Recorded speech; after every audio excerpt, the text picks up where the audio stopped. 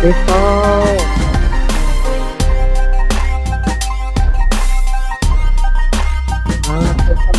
people, are you here? Are you here? Let me know in the comments. Let me know in the comments.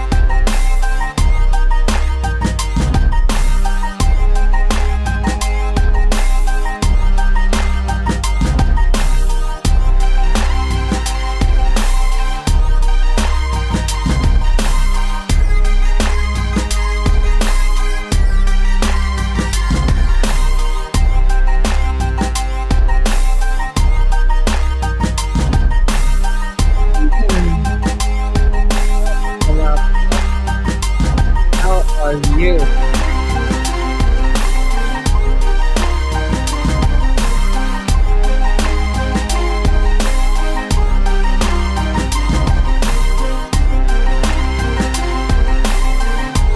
How are you? How are you? How are you, my people? Welcome back. Welcome back. Let me bring the music down. Let's get the show started.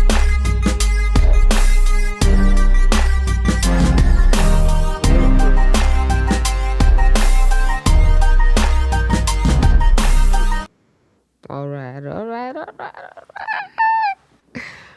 My people, welcome back to You and I Talk Show. Today we are on Saturday, May 16th, 2026, and we are still crying, my people. We are still crying because the topic of the day, as you can see on the title, is a scandalous story that has happened to the Rwandan community. And nobody dares to talk about it. This is the side of the Rwandan history that nobody wants to talk about. But an entire family has been exterminated. And when people talk about the genocide against the Tutsi, the hidden history about that is that there is another side of the genocide against the Tutsi that is done by the Tutsi. And they don't want anybody to talk about it. They kill people who testify and who talk about it. So today, we're going to speak for the people who cannot speak, voice of the voiceless, as Pause for Positive Vision, the Pause Lounge. You and I Talk Show, as we started, we're going to speak, give the platform, open mic. I'm also going to open the mic so you can come and express yourself in English, French, KinyaRwanda. And we're going to talk about this scandalous story of KARASIRA.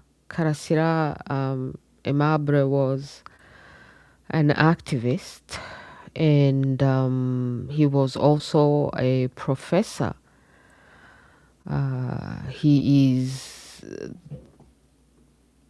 His crime, he was put in jail, So this young boy that you see on the picture, holding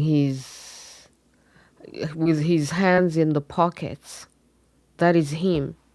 This is his entire family. And then this is him as a grown-up man. He was a university professor, and he spoke out. He spoke out denouncing the criminal dictatorship of the Kagamistan in Rwanda, which claims to have waged the war to save the Tutsi.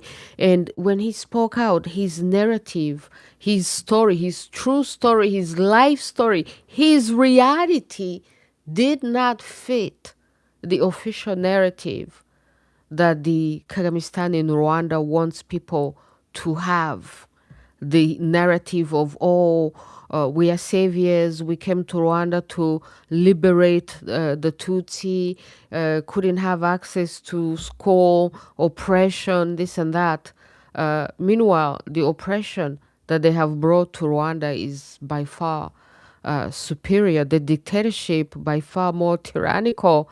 And so their narrative collapses with a family like KARASIRA's family, because this family that you see, the father was educated, the mother was educated, they had great jobs when they were growing up. This is the best time of their life before the Kagamistan in Rwanda decides, out of their own misery, living in Uganda, to come and liberate them.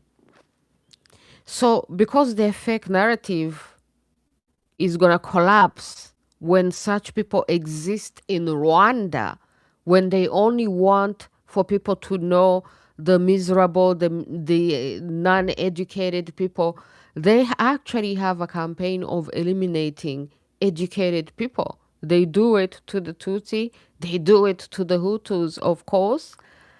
But a lot of Tutsis, even though the RPF themselves calls themselves the Tutsi, the Kagamistan calls themselves the Tutsi, but a lot of them have been responsible for the genocide against the Tutsi, for the extermination of the Tutsi. And this is what we're going to talk about in English and French. I'm going to tell you his story because he just was assassinated by the Kagamistan in Rwanda. And I think it's important to keep telling this story, my people. So welcome to the show. We are on Saturday, May 16th, the full live show, open mic for everybody. And then tomorrow we're going to do the rebroadcast, each language on its own. We're starting in English, continue in French, and end in KinyaRwanda. All right.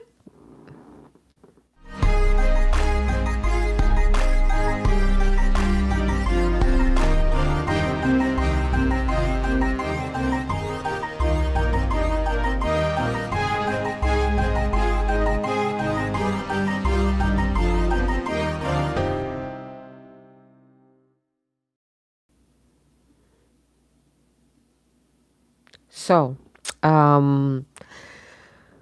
KARASIRA's family, this man, a university professor, his entire family, well educated. The genocide happens. He told his own story. Last week, I showed you the video of him testifying and talking about his own testimony of that he wanted to be released after he dies, in case he dies, in case he's killed, because he had been threatened by the Kagamistan in Rwanda for many years because he dared tell the truth. And he had a YouTube channel. It's a crime to have a YouTube channel and be a true speaker in the Kagamistan in Rwanda. Many YouTubers are in jail, but we are particularly talking about this one because he just got assassinated by the Kagamistan. So they took away his university job. He survived as an entrepreneur, started his own YouTube channel, telling his own story. His YouTube channel was called Ukuri, the truth that I see, testifying for himself. And his narrative, his story, his real life story did not correspond to what the Kagamistan wanted for people to know about Rwanda, which is scandalous, which is a genocide against the Tutsi by the Tutsi. But because these Tutsis, so-called, self-called, are in power, of course they're not going to allow anybody to be talking about their crimes. I'm pretty sure that if the Hutus had won the war, it would have been illegal to say that some Hutus committed genocide, you know? Because when people are in power, they don't want to be held accountable. They paint themselves as, oh, heroes, victors. But no, the Kagamistan in Rwanda is a criminal dictatorship that has been killing Rwandans, Hutus, and Tutsis since they started the war in 1990. And they have continued on into Congo, exterminating people into Congo, genocide, Holocaust in Congo. Sharon Nana was here last week. The Congolese themselves have branded it as Genocost. So the Kagamistan has actually killed way more people than the people that have died in the genocide in Rwanda against the Tutsi. And the what has happened in Congo is by far worse. If you do the numbers, do the math, People always talk about how 1 million people died in Congo, in Rwanda, during the genocide. But right now, the Congolese people are claiming over 10 million people killed in their country, and all behind it is the Kagamistan in Rwanda. So it has to be held accountable. People need to shout from all the rooftops. Thank you to the people boycotting, sanctioning, because the Kagamistan in Rwanda has to be held accountable. So this family, Karasira, as you can see, he's a young boy. He has his pockets in his hands. This is his family. That's his mother. And the war starts in Rwanda. They had to move because they started having problems with their neighbors. This is from his own testimony that you can see on my show from last week. And then the genocide starts in Rwanda, and they are chased. They survived barely, but at least they survived the so-called Hutus that were doing the genocide, even though it's much more complex than that, because as Judy River has exposed, and as the RPF themselves have admitted, even some of these RPF people, so-called Tutsis, were involved in the genocide because they had infiltrated the genocidaire to make things worse, to cause chaos, and to take over Rwanda in the midst of all that chaos. So even then, the RPF, the so-called Tutsis, had infiltrated the so-called Hutus on the other side who were committing crimes, and they were participating to make it worse, to participate, cause maximum chaos, so that the Kagamistan army can then take over.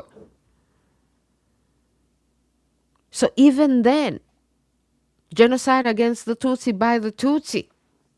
So what happens with the Karasira family now is that they survive. Despite everything, they survive. Against all odds, they survive. And then it is after, when these people, the Kagamistan in Rwanda, who call themselves saviors, it is after they take power that his whole family gets exterminated. And how does his whole family get exterminated? The mother is working for MSF, Médecins Sans Frontières. I think it's Doctors Without Borders. And or she's in some camp and she speaks to Médecins Sans Frontières, and the Kagamistan in Rwanda, uneducated people that they are jealous and they're suspicious, and they suspect that she may be speaking to MSF, Médecins Sans Frontières, in French. So they kill her because she may be revealing the crimes of the RPF, the Rwandan Patriotic Front, of the Kagamistan in Rwanda. She may be revealing them in French, a language that they don't understand. So they kill her with the sister that you see on the picture, the girl in blue, beside the young boy Karasira, who is holding in his pockets, and the other young child beside his father was also killed by Katyusha. I don't know what that is, but it's a bomb or missile. And today, the only surviving little child is the little boy that the mother has her hand on his head. And I'm about to show you how this little boy is being treated right now by the Kagamistan in Rwanda. He couldn't even mourn the big brother that just got assassinated. But how did he get to there? I was about to tell you about, people. So the mother gets killed. After she had survived the genocide against the Tutsi, she gets killed, she gets assassinated by the Kagamistan, who claims to have taken over Rwanda to save the Tutsi, to liberate the Tutsi. Here's a Tutsi woman, educated, speaking French, having a job, speaking to international organizations, and they kill her because they think she may be talking about their crimes. They don't care about the Tutsi. They don't care about the Tutsi. The same people that they are supposed to have come to liberate, they kill if they are exposing their crimes, because they themselves are participants in those crimes, because they themselves have a narrative that they are saviors, but they are criminals. So if anybody reveals that they are criminals, the criminals kill him or her. That's how Karasira's mother got killed. So a while later, his father goes to inquire because somebody came and told him what happened, what may have happened, that he should go inquire. He goes to inquire, and when he goes to inquire,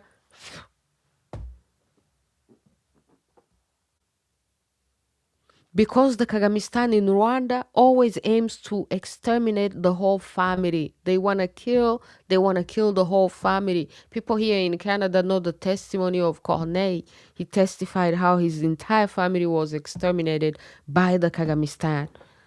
So they want to kill the whole family so that there's nobody to denounce them. There's nobody to ask them anything. They pretty much want to commit a genocide. A genocide is extermination, elimination of a group. So the father goes to inquire about the mother. The father was also a well-educated man. He had a good job under the Habyarimana regime. I think he was even working for like some ministry, some government office. This is their house. They have a nice house in Kigali. They're well, they're free, they're self-sustained. They ain't begging nothing. You can see that they're like, doing well, middle class people, until the RPF has the idea of coming to liberate them. And in the process of coming to liberate them, they come to exterminate them. So the younger brother on the side of the father had been killed by a missile during the genocide. The mother with the sister gets killed. The father gets to inquire, killed. So now only the two boys are remaining. The little boy, the very little boy, and the teenager Karasira with his hands in his pockets right there. So when they remain, Karasira finds out that his family has been assassinated by the Kagamistan in Rwanda, by the Tutsi. The genocide that has happened to him is a genocide against the Tutsi by the Tutsi because their family is Tutsi. And they had survived the genocide, the official genocide.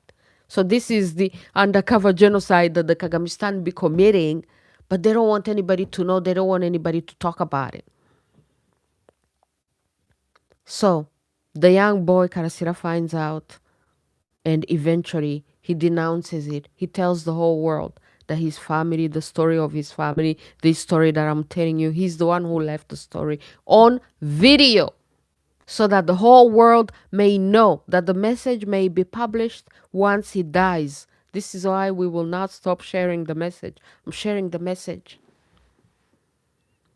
So they imprisoned him. He went to jail for 5 years.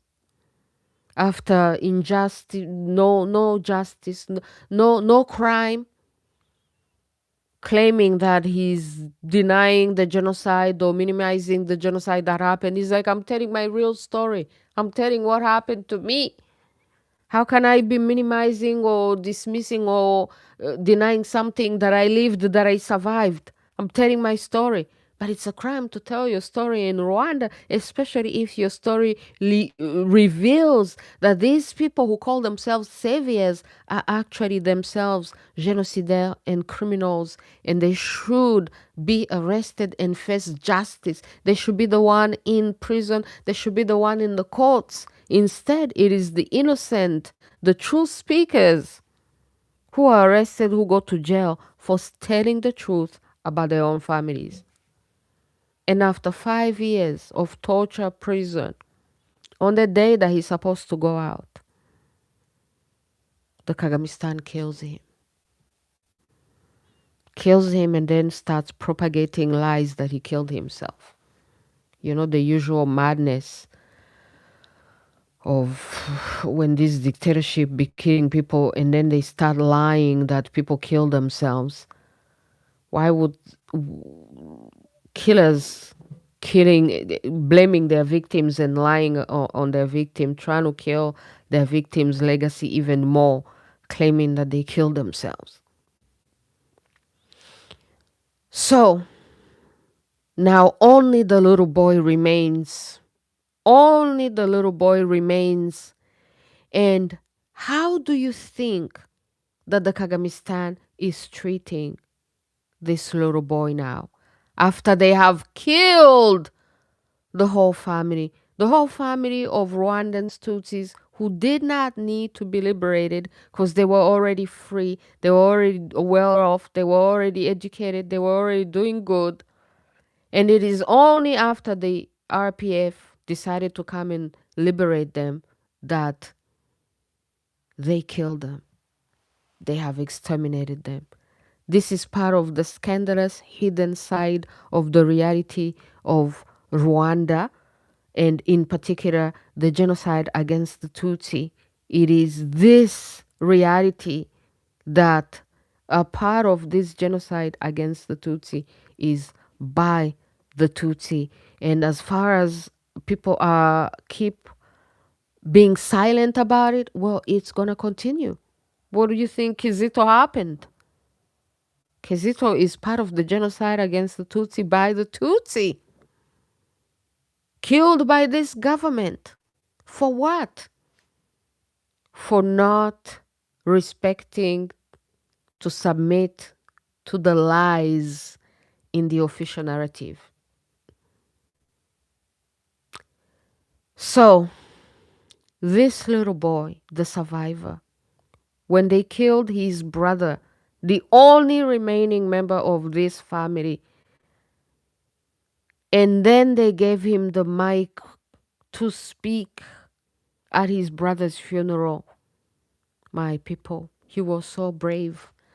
They say that he has some mental issues in real life, in regular life. KARASIRA used to talk about how his little brother, the only survivor, has mental issues precisely of what has happened to their family, the war, the genocide, and then the post-war, and then being an orphan and not having anybody to help you, raise you, and then the fact that you're an orphan, but your parents have been killed by the regime which is in power right now, so you can't even take anybody to justice, to court, nothing. You just have to suffer in silence. So his brother was having mental problems already.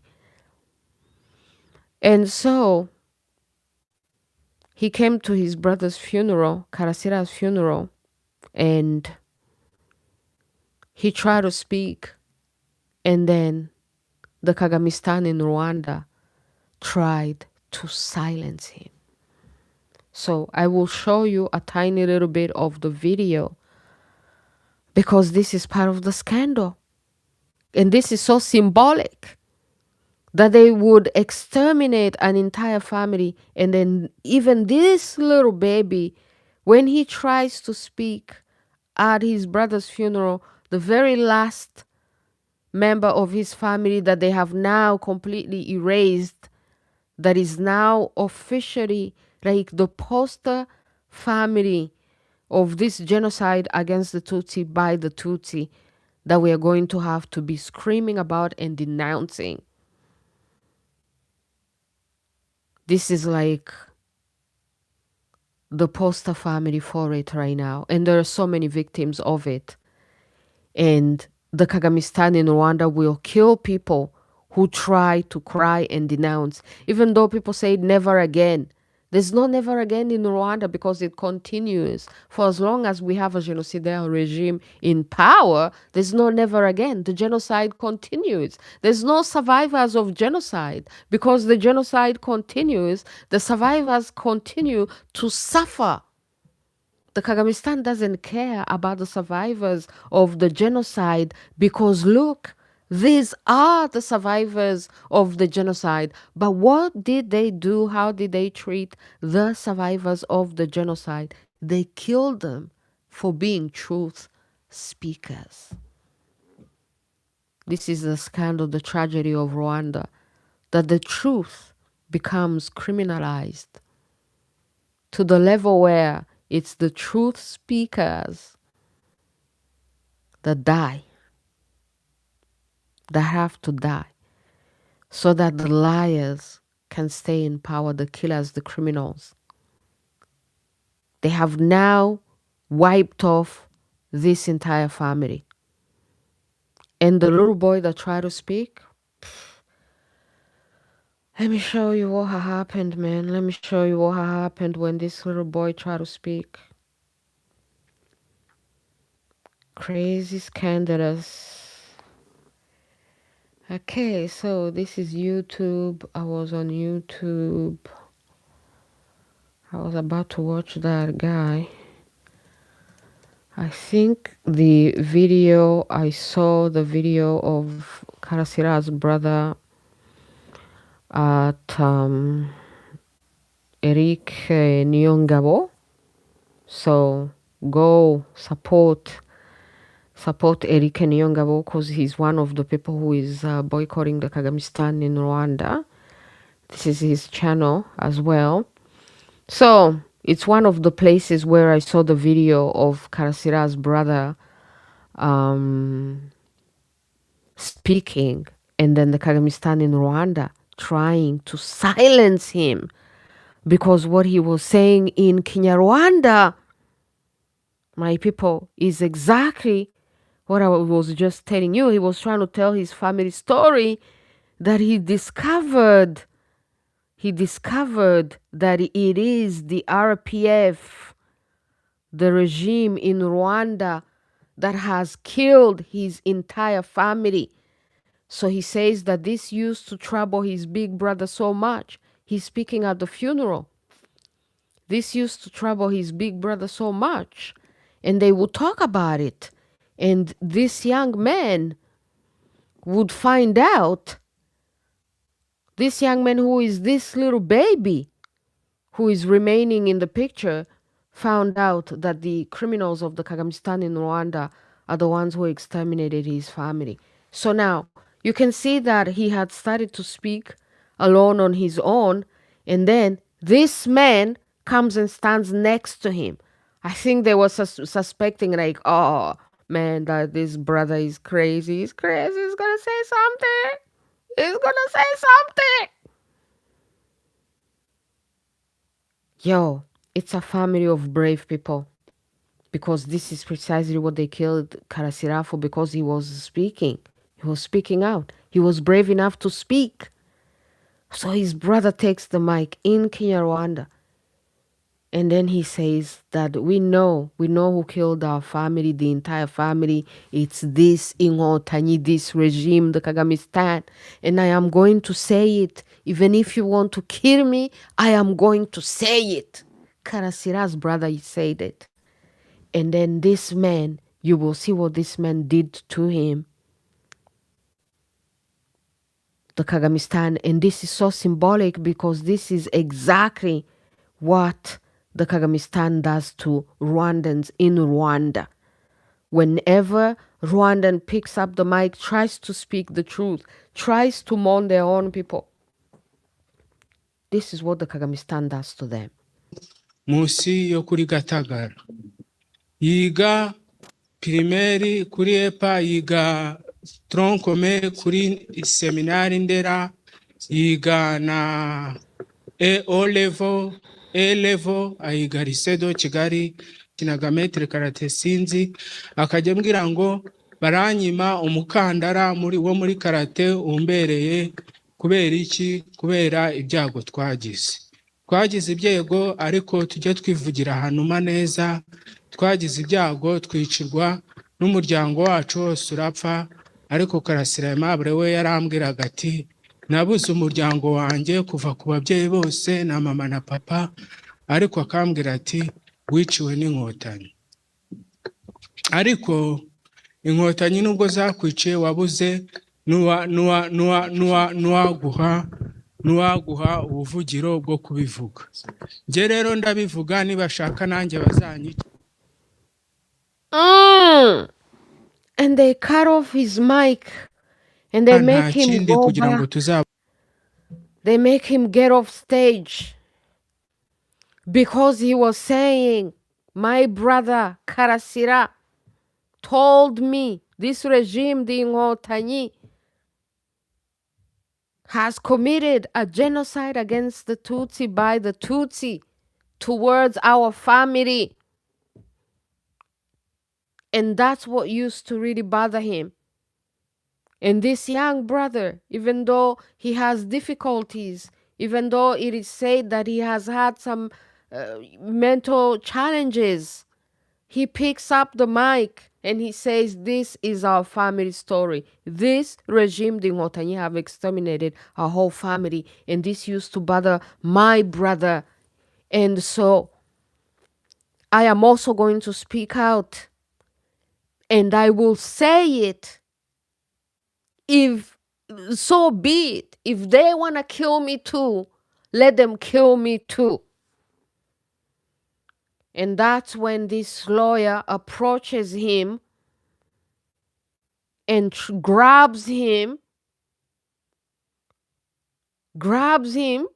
starts to make sure that he doesn't speak, tries to grab the mic away. You can see that the brother is fighting him off. You see this shit? And then finally he says it anyways as the brother tries to fight him off stage. And then he cuts off the mic and walks him off stage.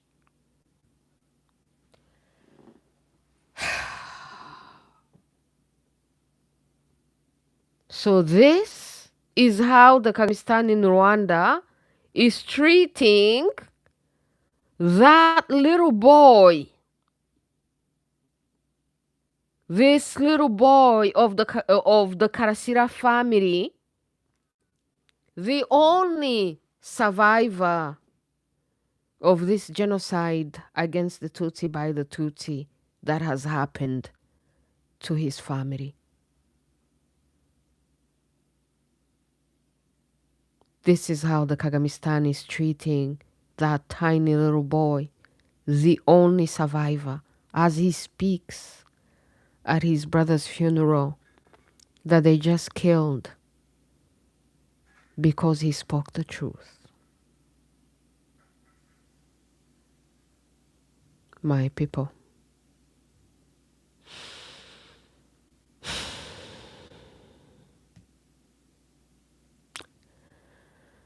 So, one of my inspirations to do this particular show and to talk about the genocide against the Tutsi by the Tutsi is this video that I saw. This is where we're going to end before we move into French. We can't end without doing a French show. I saw Macron go to Kenya.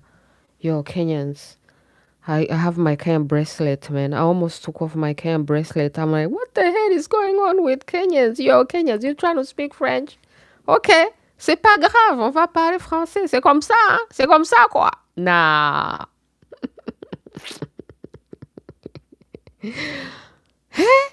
French been kicked out of West Africa. Now the worst president of Kenya has received the worst president of France in Kenya to talk about the recolonization of Africa. Madness. But anyways, Kenyans are not stupid. Maybe France has gone to Kenya to die. Kenyans fought colonialism, slavery, and they're still here and they won at every stage. So French lost in West Africa. They're trying to go to East Africa through Kenya. I think maybe the French are trying to die in Kenya. So let them go to die in Kenya because, yo, Kenyans, we are trusting you, man. We are trusting you. Please, please make us proud. You are the pride of Africa, eh? You cannot be the agents of recolonization of Africa.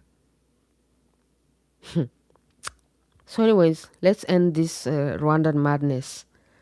So after everything that I just told you, after everything that you know, this is what they are teaching in Rwandan schools.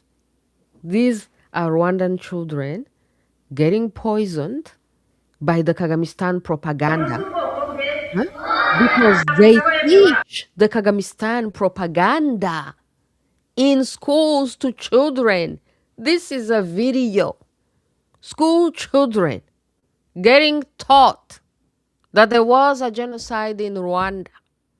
And who got killed? The Tutsi. Who killed the people? The Hutus. But today, we are all Rwandans.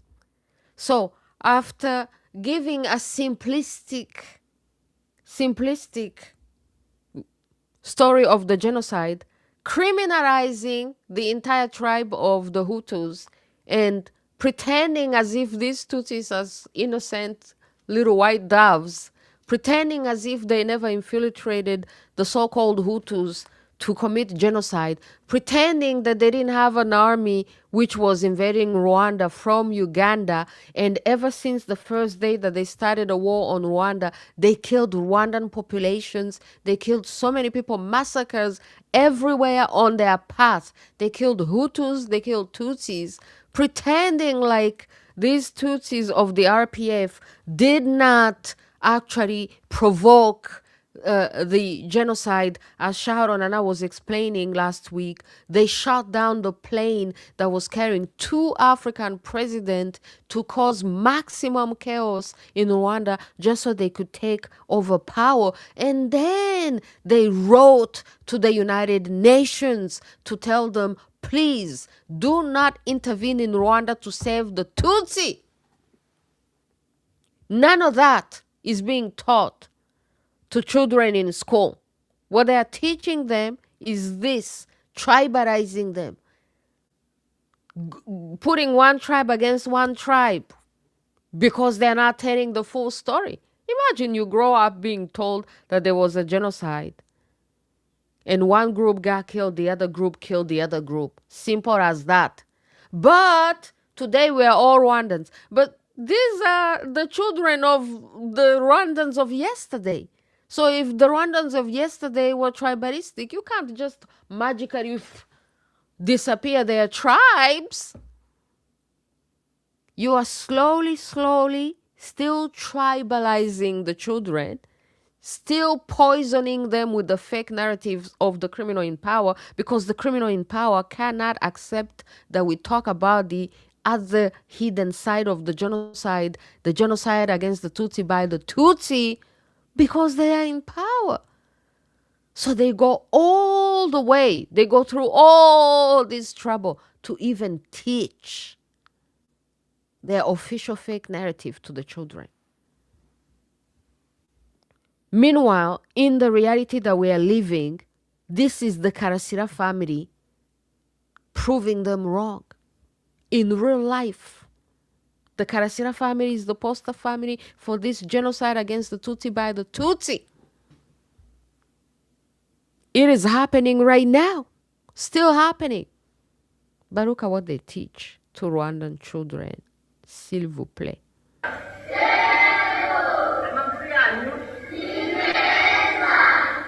uyu munsi rero tugiye kwiga ku isomo ryitwa Genocide yakorewe abatutsi. So today we are going to study a lesson that is called Genocide that was done against the Tutsi. It is things that they tell Rwandan children to memorize. They're not teaching them to question. They're not teaching them to research, do their own research, ask people around. They are teaching it to them as a song that they must memorize. And the teacher is asking them to repeat as if it's a song. Genocide against the Tutsi. And who committed the genocide? The Hutus. As a song in class. Muri Mata 1990 abatutsi muri Mata 1990 na kangahe 94 abisha abandi ni bande abahutu bishiki abatutsi. The teacher asked, who killed who? The Hutus. The Hutus killed who? the Hutus killed the Tutsi. Parrots repeating what the teacher tells them. Can you imagine?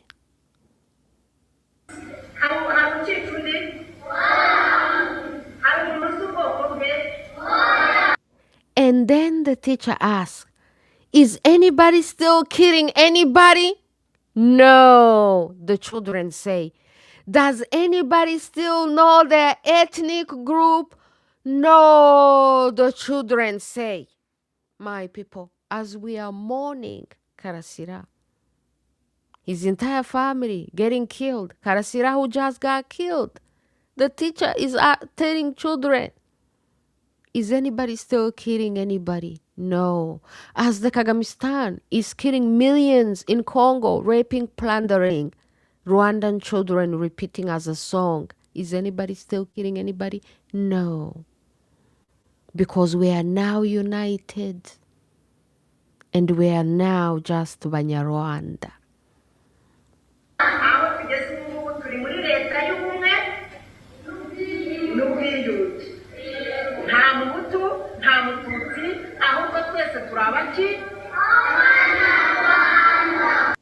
So we are in unity and reconciliation. There's no Hutu, there's no Tutsi. We are all Abanyarwanda. You see this Banyarwanda? Liars, lies, master liars. While people continue to die. This is what they're teaching to the children. So I'm like, wow, okay. Somebody has to tell the Karasira story. These children need to learn. Because this is what happens when you have a criminal dictatorship in power.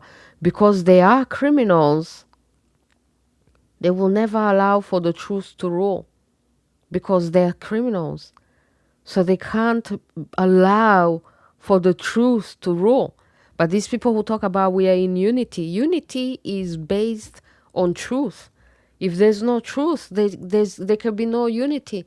The unity is fragile. Unity based on lies and propaganda, no. So this is why I tell you the story of Karasira, a victim of the genocide against the Tutsi by the Tutsi. And he's only one of the thousands of stories that are out here. One day soon when the Kagamistan collapses and all these people have the balls to speak, as Karasira's younger brother had the balls to speak, even though he was surrounded, even though they were preventing him, trying to prevent him to speak. All Rwandans can be brave and be like, I will speak. If they even want to kill me too, let them kill me too. But I will speak. And I admire this so much. I thank this young man so much. So this young man is the little baby that you see in the picture. That's the little baby who grew up. So even though they say that he may have mental problems, but at least he was brave enough to speak, and he is braver than so many Rwandans who may be so intelligent, like this guy who is beside him. This is an intelligent, educated man, lawyer. So he knows the truth. He knows that the Kagamistan are killers. And he knows that they will kill him. And then so he's taking away the mic. Because he knows. He has been sent there, or he went there on purpose. Because who even comes to your brother's funeral, even if they were the lawyer to the brother? He was one of the lawyers of Karasira. To prevent a brother from mourning his brother. To turn off the mic. But this is symbolic of what has happened to Rwandan people. Kill them. Teach propaganda to schools. And then if anybody is brave enough, smart enough to even speak out, turn off the mic. His brother went to jail because he had a YouTube channel, because he was speaking the truth that he sees. That was the name of the YouTube channel, Ukurimbon, the truth that I see. This is the hidden reality of Rwanda, my people. So thank you for being with us in English. We're going to move into French and keep commemorating our brother KARASIRA, who was just assassinated by the criminal dictatorship of the Kagamistan in Rwanda, who is the latest victim of the genocide against the Tutsi by the Tutsi. Thank you, my people. Let's move into French. Merci la famille. Allons en français.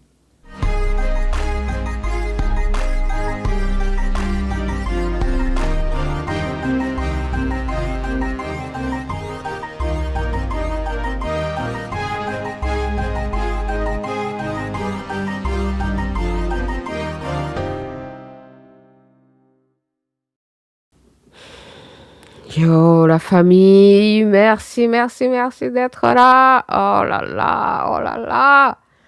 Vraiment, on essaye, quoi. On essaye, on pleure off-camera, comme vous voyez, on pleure off-camera. Mais moi, j'ai dit que vraiment, le Kagamistan ne va pas voir mes larmes.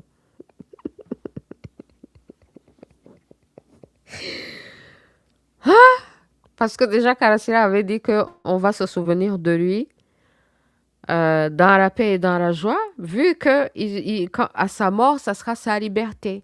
Il sera allé ailleurs, il sera libre. Donc la famille, j'étais en train de parler de l'histoire de KARASIRA et j'étais en train de dénoncer la face cachée de ce fameux génocide contre les Tutsis du Rwanda en 1994. Et la face cachée de ce génocide, c'est le génocide contre les Tutsis par les Tutsis, s'il vous plaît. Et je vous donne en CQFD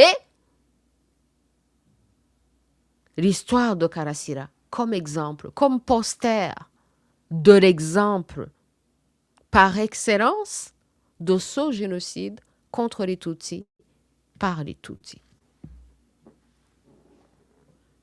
Donc là, le Kagamistan, qui se disent des Tutsis, qui se disent des sauveurs des Tutsis, viennent d'exterminer toute une famille Tutsi qui avait survécu au génocide contre les Tutsis par les dites Hutus, mais qui n'a pas échappé au génocide contre les Tutsis par les Tutsis.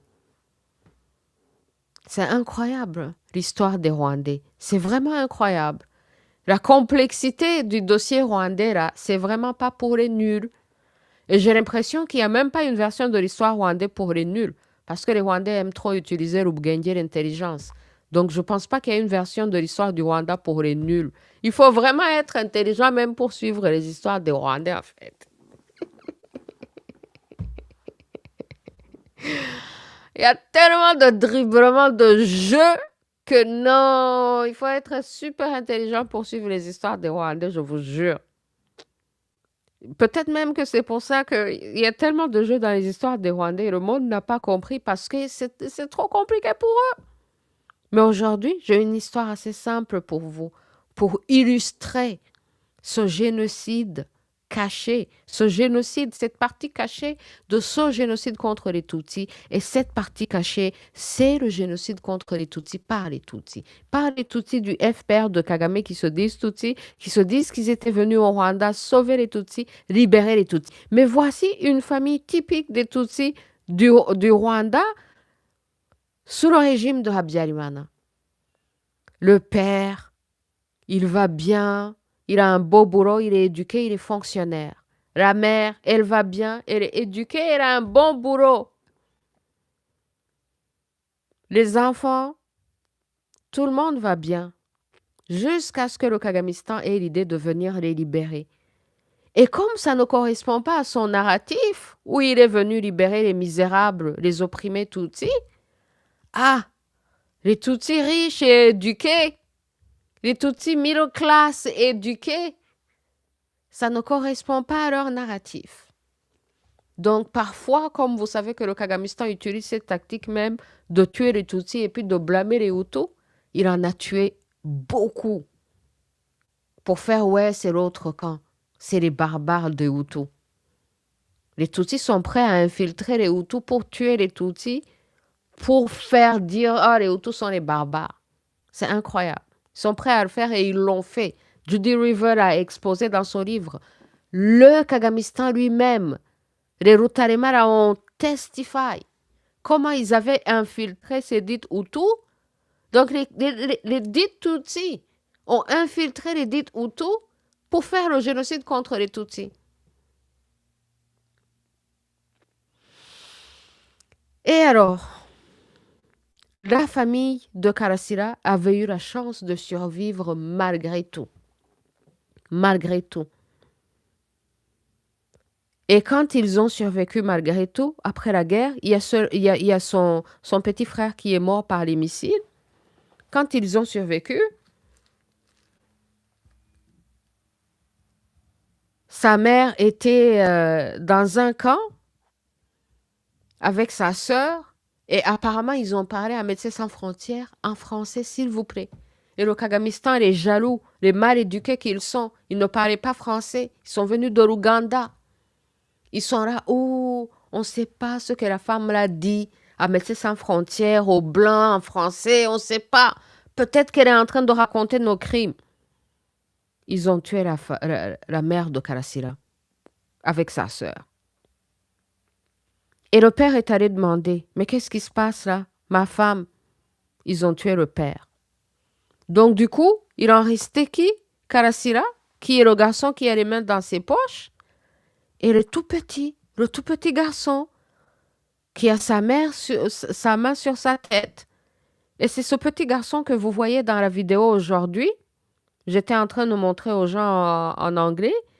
Alors aujourd'hui, il est aux funérailles de son frère qui vient d'être tué, qui est le dernier donc à être tué dans cette famille où tout le monde a été exterminé dans ce génocide contre les Tutsis par les Tutsis. Et leur crime, c'était quoi?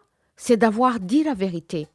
Parce que KARASIRA a découvert, après avoir survécu au génocide, il a découvert que ses parents, sa mère, a été tuée par le FPR du Kagamistan. Et son père aussi. Et quand il découvre ça, il a commencé à en parler. Et ça devient un crime au Kagamistan.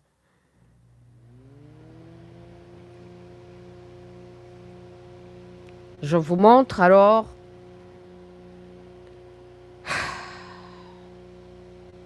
comment le Kagamistan traite son petit frère, le seul survivant de sa famille. KARASIRA venait de passer 5 ans en prison. C'est le jour de sa libération qu'ils l'ont tué. Et aux funérailles de KARASIRA, le petit frère, donc le seul survivant de toute cette famille que vous voyez sur la photo, quand il va prendre la parole, le Kagamistan lui fait la chose symbolique qu'on fait à tous les Rwandais qui veulent parler, qui veulent partager, qui veulent dénoncer les crimes du Kagamistan. On leur empêche de parler. On veut les étrangler. On coupe leur micro. Mais malgré tout, le frère de KARASIRA a révélé devant tout le monde en KinyaRwanda que nous savons, que mon frère savait que c'est le Kagamistan, c'est le FPR qui a tué toute notre famille. Et ça lui faisait mal. Et il a dénoncé ça.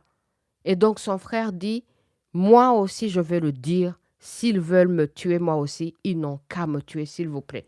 C'est le tout petit garçon. Les gens disent qu'il a des problèmes et tout ça là, mais il a quand même eu la bravoure de dire ça. Je vous montre un peu la vidéo.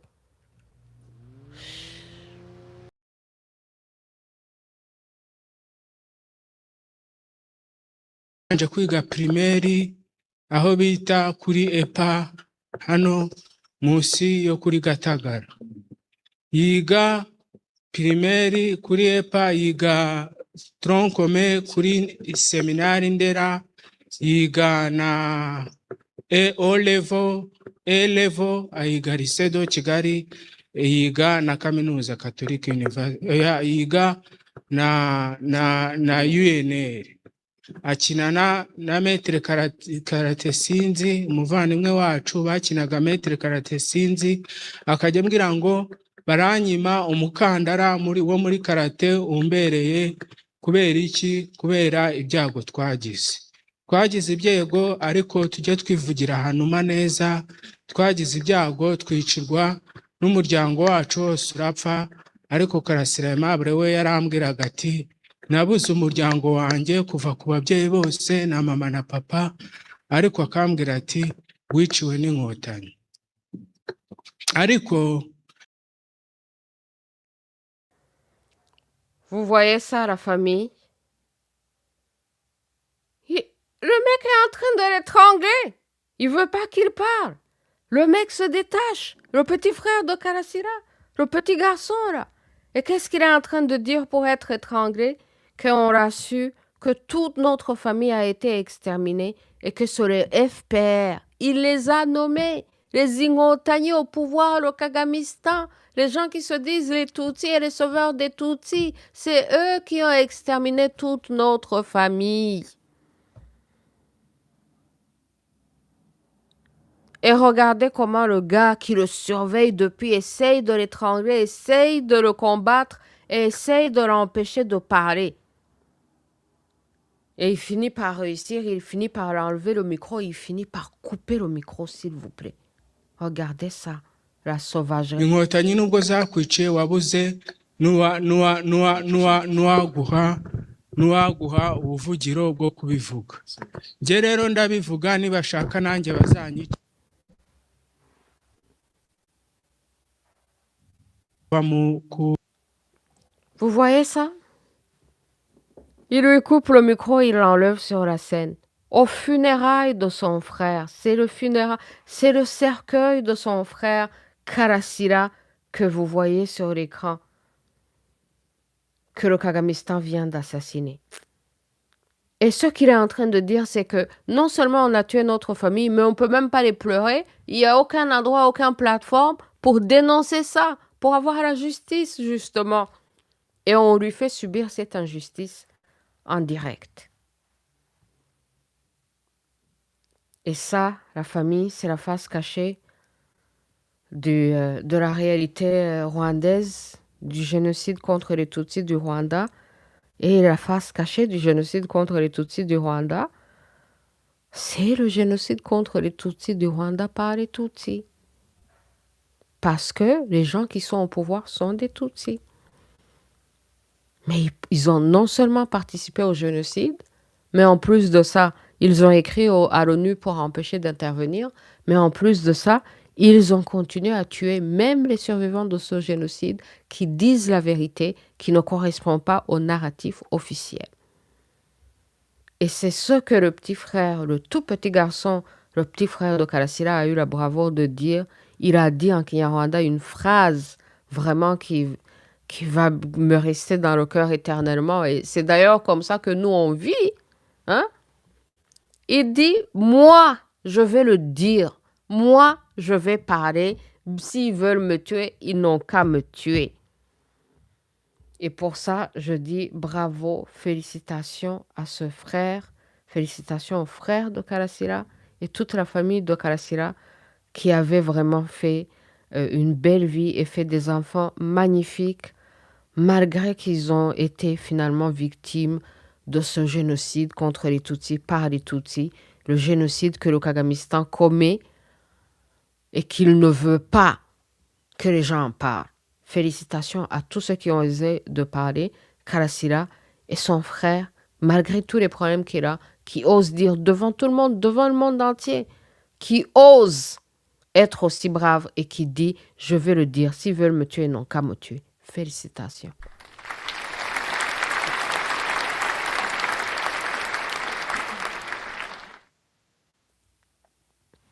Donc voilà la tragédie rwandaise. Et comme je disais aux gens en anglais, l'une des choses qui m'a inspirée à parler de ce génocide contre les Tutsis par les Tutsis, C'est cette histoire, une vidéo où j'ai vu des enfants à l'école au Rwanda en train de se faire avaler le poison du Kagamistan au Rwanda, en train de se faire avaler le poison de salir toute une tribu, d'enseigner aux enfants que le génocide contre les Tutsis du Rwanda, c'est les Hutus qui ont fait ce génocide. Donc les Tutsis sont des victimes et les Hutus sont les génocidaires. C'est ce qu'ils enseignent dans les écoles rwandaises aux enfants, au lieu d'enseigner toute l'histoire et de donner toutes les nuances et de dire aux gens ce qui s'est réellement passé, parce qu'il ne peut pas y avoir réconciliation tant et aussi longtemps qu'il y a des mensonges, tant et aussi longtemps que les deux faces de cette histoire ne sont pas racontées. Et la face qui a été vue devant le monde entier, qui est le génocide perpétré par ces dites Hutus, et la face cachée de ce génocide, qui est le génocide perpétré par les dites Tutsis. Les Hutus ont fait des trucs en l'air devant le monde entier. Les Tutsis ont fait des trucs dans la cachette. Et puis, ils pensent que c'est ça, donc, la face connue et la face cachée. Il y en a qui pensent que parce qu'ils ont fait des trucs en cachette, que ça va les épargner d'être responsables, tenus responsables et de subir la justice. Les Hutus ont subi la justice. Il y a eu beaucoup de tribunaux qui les ont poursuivis. Le Kagamistan les a poursuivis aussi partout dans le monde. Il y en a même aujourd'hui qui continuent de subir des poursuites malgré qu'ils ont gagné des procès. D'ailleurs, on va bientôt en parler. On va bientôt en parler sur le show. Les gens qui ont gagné des procès mais qui continuent de subir injustice. Mais, vers la face cachée de cette tragédie, rien. Et la face cachée, c'est le génocide contre les Tutsis par les Tutsis. Et l'histoire de KARASIRA, c'est ça. C'est ça qui confirme ça. C'est ça le poster. Mais le problème, c'est qu'il n'est même pas le seul. Kizito est victime de quel génocide, la famille? Kizito est victime du génocide contre les Tutsis par les Tutsis. Et les Rwigara, qu'ils ont tués, après qu'ils aient survécu, ils sont victimes de quel génocide? Génocide contre les Tutsis par les Tutsis. C'est ça la face cachée de la tragédie rwandaise, que les gens ne veulent pas parler. Et c'est ça que le petit frère de KARASIRA a eu le courage de dire, moi aussi je veux le dire. Et c'est ça que KARASIRA avait eu le courage de dire, de crier au fort et de dire, non, c'est le FPR qui a tué ma famille. C'est les Tutsis qui ont tué ma famille. Je suis victime du génocide contre les Tutsis par les Tutsis. Et quand il a crié ça, quand il a dit ça au monde entier, qu'est-ce qui est arrivé? Les génocidaires Tutsis l'ont tué. Ils viennent de le tuer. Ils viennent de tuer toute la famille. Et le petit frère qui est survivant, vous avez vu comment on le traite. On l'empêche de parler. On continue de le tuer. Parce que vous empêchez de parler, vous empêchez de faire le deuil. N'est-ce pas exactement ça, vous tuez encore? Et malgré tout ça, malgré toute cette réalité devant vous, qu'est-ce qu'ils enseignent dans les écoles rwandaises, s'il vous plaît?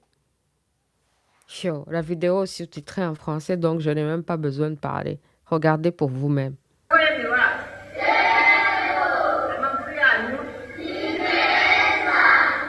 uyu munsi rero tugiye kwiga ku isomo ryitwa Genocide yakorewe abatutsi muri Mata 1990 na kangahe 94. Abisha bamwe ni bande? Abahutu bishe iki? Abatutsi.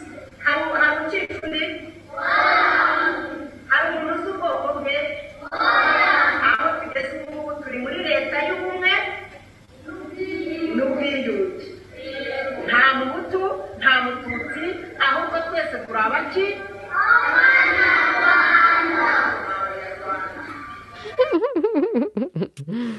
Vous voyez ça? Vous voyez pourquoi les Rwandais sont des abrutis, des vaches? L'éducation rwandaise, c'est répéter ce que je vous dis. Ne questionnez pas. Ne posez pas de questions. N'y pensez même pas. Zéro débat. Et surtout, ne me racontez pas votre réalité. Je vous apprends des choses. vous les mémorisez comme tels, vous les répétez comme tels, c'est tout. Voilà l'éducation du Kagamistan dans toute sa splendeur. Et qu'est-ce qu'ils apprennent aux enfants, s'il vous plaît? La version qu'ils veulent apprendre aux enfants, la version simpliste, où il y a les innocents petits Tutsi qui sont tués, et puis il y a les méchants génocidaires Hutus qui les ont tués. C'est tout. Surtout ne dites jamais aux enfants que les dits Tutsi avaient attaqué le Rwanda depuis 1990 et partout où ils sont passés sur leur passage, ils ont massacré les populations rwandaises. Ils ont commis des actes de génocide contre les populations Hutus. Et ensuite, ils ont assassiné 2 présidents. 2 présidents pour provoquer, pour déclencher le génocide. L'élément déclencheur du génocide, c'est l'assassinat de 2 présidents africains. Le président rwandais, Habyarimana, et le président burundais, Ntaryamira. Et comme si ce n'était pas suffisant, qu'ils avaient causé le chaos maximum pour prendre le pouvoir à travers le chaos, ils ont infiltré les génocidaires. Eux-mêmes, ils ont témoigné. Ndabivuga a écrit un livre là-dessus.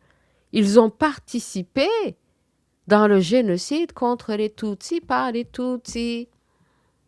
Et comme si ce n'était pas suffisant, s'il vous plaît, les mêmes dits Tutsis ont écrit aux Nations Unies pour empêcher les Nations Unies d'intervenir et de sauver les Tutsis. Ils disaient que le génocide était terminé. En avril, s'il vous plaît, le 30 avril. Et malgré ça, ils viennent la famille de KARASIRA a survécu. Malgré ça, la famille de KARASIRA a survécu. Malgré tout ce qui leur était arrivé, la famille de KARASIRA a eu la chance de survivre. Et comment ils les ont traités après l'avoir survécu? Ils les ont tous tués. Ils les ont tous exterminés.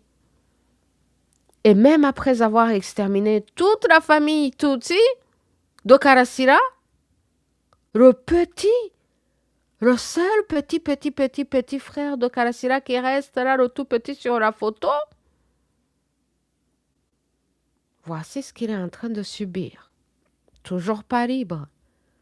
Toujours comme si les Rwandais étaient une propriété du Kagamistan.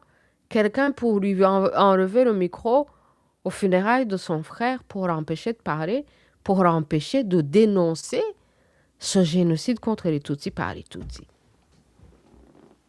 C'est ça le scandale de la tragédie rwandaise. C'est ça la face cachée du génocide contre les Tutsis. La face cachée. Regardez-moi ça.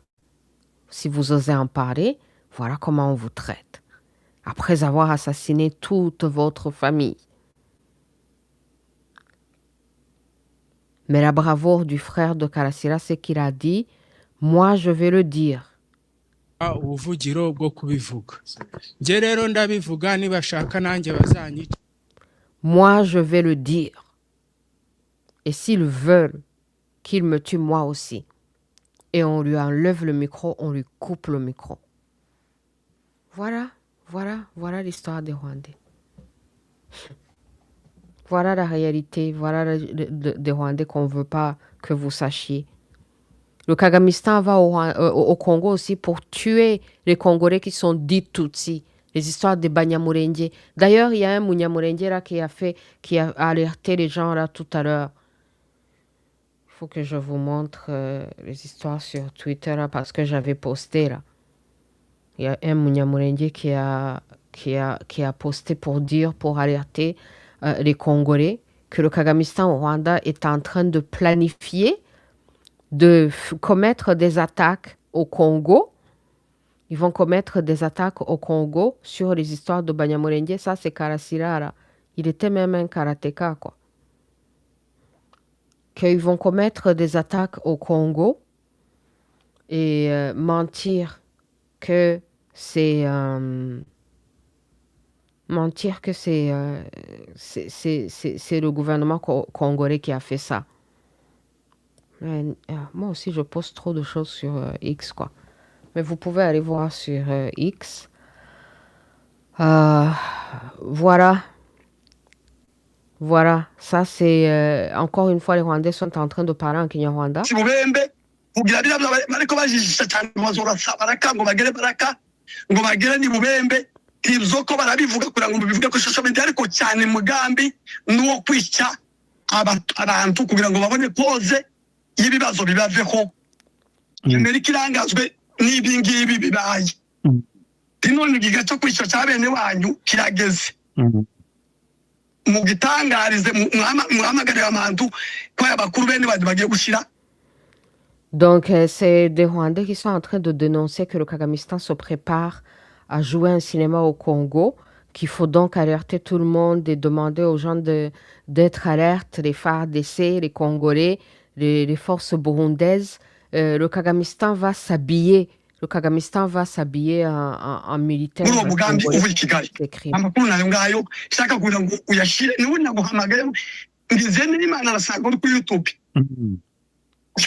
Yakwize umugambi wo kwica bene wacu uri hafi niyo bene wacu turi mu kubabwira ntibumve ntabwo batukigira abantu bararimbutse barumuna bacu barashize bamarwa na leta itabara none umugambi w'abasigaye abafakazi basigaye n'imfubyi n'abasaza basigaye ruguru qu'ils sont exterminés, Red Tabara les a exterminés et le Kagamistan compte encore les exterminer. Que donc il faut avertir tous ces gens, toute leur famille, les Banyamulenge, les Tutsi, les Rwandais, que le Kagamistan est en train de planifier de les exterminer pour encore dire que c'est les Congolais qui ont fait ça. Donc il faut qu'eux-mêmes soient avertis et qu'ils dénoncent et qu'ils fouillent parce que c'est eux qui vont mourir dans ce cinéma, dans cette manipulation. Ça, c'est les Rwandais eux-mêmes qui sont en train d'en parler. Et qu'il faut passer le message. C'est pour ça que je reposte. Mais les Rwandais parlent toujours en KinyaRwanda, évidemment. Mais il est en train de dire qu'il faut que le monde entier sache. Parce que le Kagamistan se prépare à jouer ce cinéma contre leur communauté. Donc, je vous avertis, la famille. Partagez.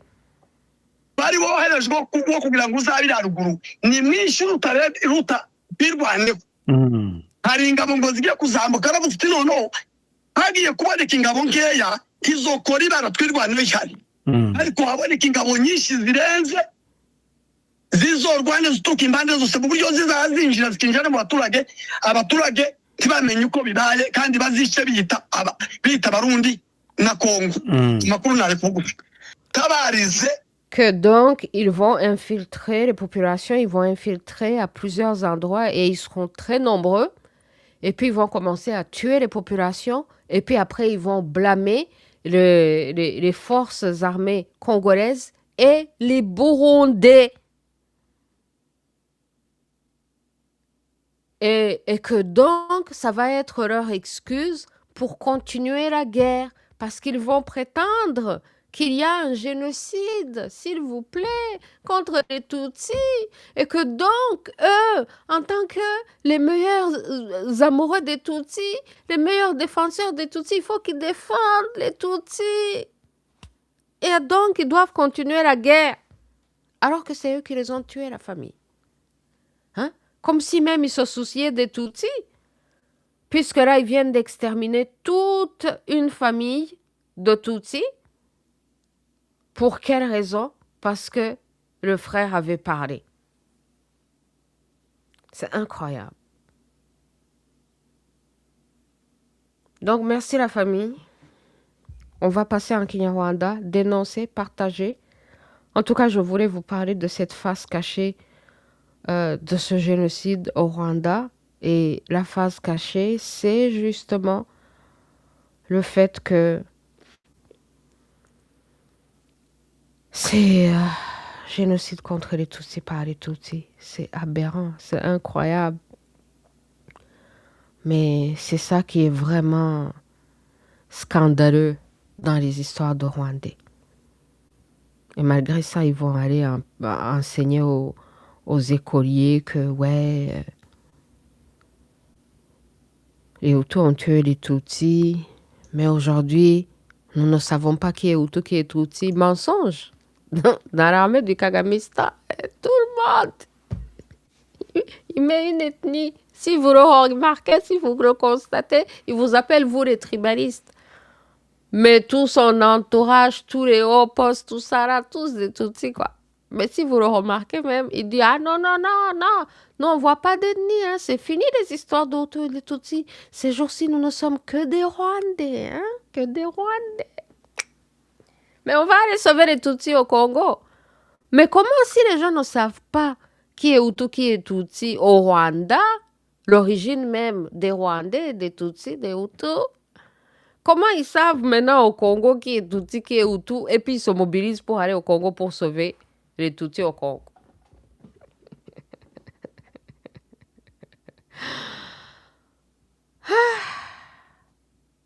Donc, c'était tout ça pour vous avertir, la famille. Merci, merci d'avoir été avec nous. On va passer à KinyaRwanda. Alors, avant de passer en KinyaRwanda, mes condoléances à la famille Kabuga. On a entendu parler que Monsieur Kabuga, qui avait été aussi poursuivi par le Kagamistan pendant plusieurs années et qui était en cours, malheureusement est mort en prison, et tout ça là, c'était pas terminé. Mais on se souviendra que beaucoup de charges qui avaient été retenues contre lui avaient été rejetées, comme les histoires des gens qui ont importé des machettes. Comme c'est un businessman, les machettes, c'est des trucs qui se vendent. C'est pas parce qu'on achète des machettes qu'on va faire quoi que ce soit de criminel avec. C'est un outil de travail dans la société rwandaise, dans plusieurs sociétés africaines. Donc, ils ont essayé pendant plusieurs années de recoller le génocide, de lui inventer des histoires, mais ça n'a jamais rien collé, de dire que c'est un financier de génocidaires, comme si les gens qui sponsorisent les médias deviennent automatiquement responsables de ce que les médias que vous avez sponsorisés disent. Donc, tout ça là, c'est beaucoup d'attaques du Kagamistan, du Front Mani. Et puis finalement, donc, il paraît que le monsieur est parti. Donc, nos condoléances à toute sa famille. All right, la famille Ubgo, on passe en KinyaRwanda alors. Merci, merci, merci. Merci, merci la famille. Oh, Béa, I see you, I see you. Ouais, c'est exactement ça. Béa, qui dit paix à son âme.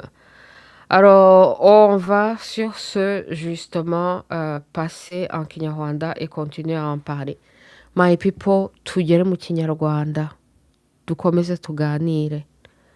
Nari ndimo mbwira abantu iyi nkuru mbabwira nti hari ibintu badashaka ko tuganiraho ku byabaye i Rwanda. Uyu munsi ndi bubiganireho muri iriya esprit ya murumuna wa Karasira wavuze ati ndabivuga, njyewe ndabivuga, nibashaka nanjye bazanyica.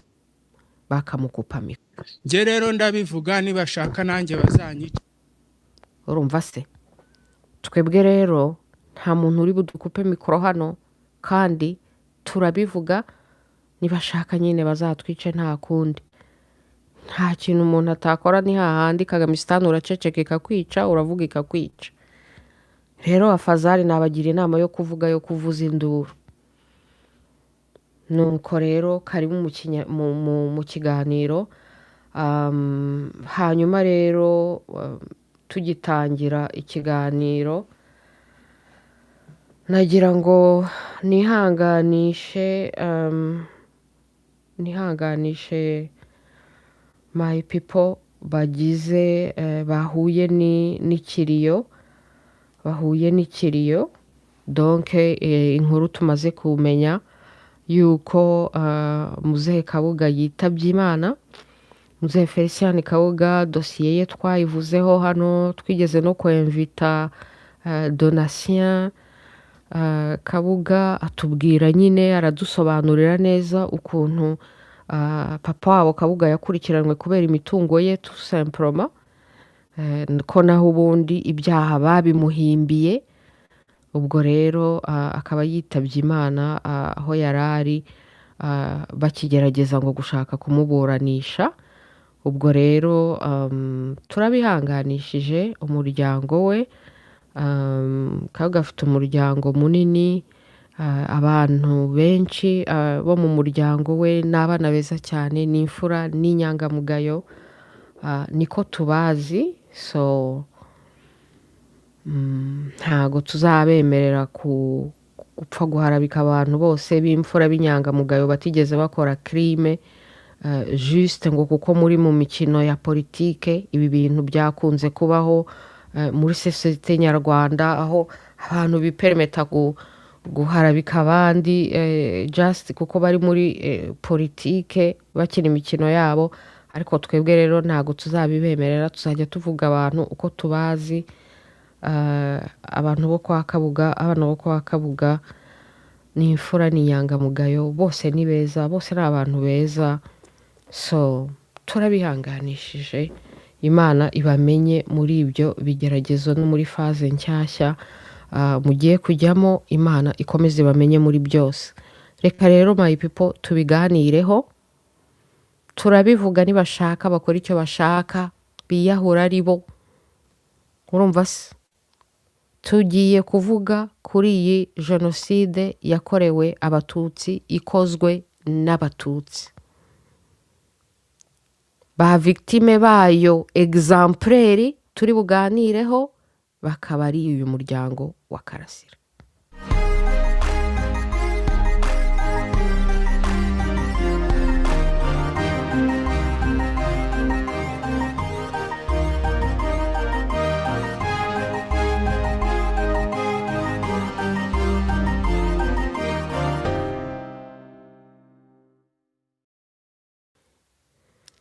My people, my people, my people. Genocide, mbereke screen. Genocide yakorewe abatutsi, ikozwe n'abatutsi. Karasira ayiguyemo, murumuna we wenyine usigaye. Baramufashe bashatse kumuniga. Ariko abo bakarasira bari intwari basi. Bashatse kumuniga, ariko ni hahandi ati ndarivuga. Murebe akababaro aho bari bagiye gutabara, aho yigiye gutabara murumuna we Mabure.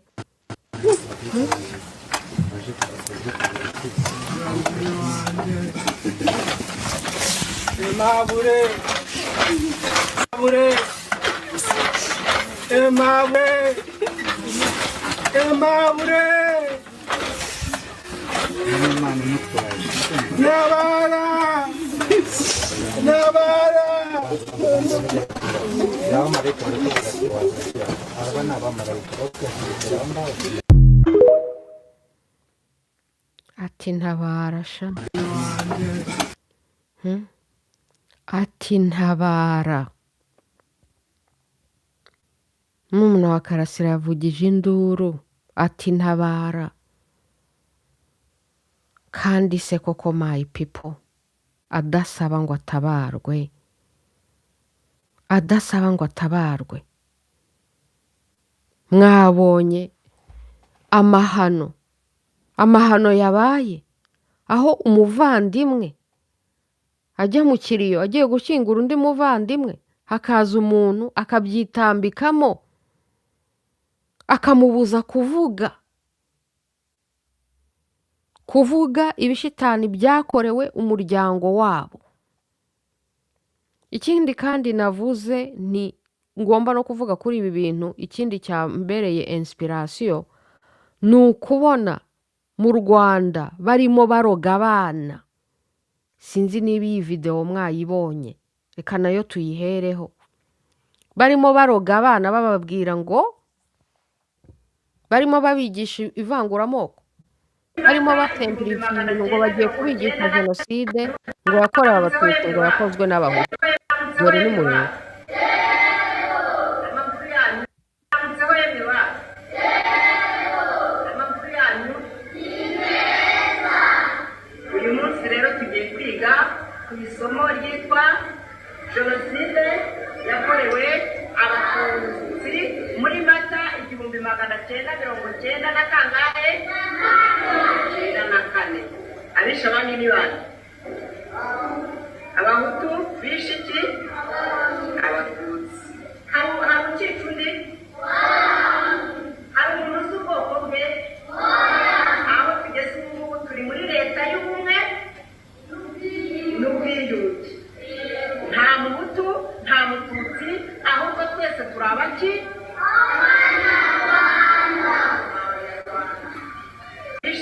ngaho nimumbwire edikasiyo y'abanyarwanda ati ngo jenoside yakorewe abatutsi ngo ninde w'ikindi aho tugeze ubu turi muri leta y'ubumwe n'ubwiyunge.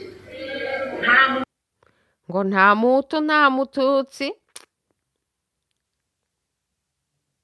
ubu twese turi abanyarwanda. ni ibyo bari kwigisha mu mashuri y'abanyarwanda. ariko se nyamara realite ukuri mbona, ari nayo mpamvu cano ya Karasira yari ukuri mbona. ukuri Karasira yabonye kwakorespondaga kuri iyo realite.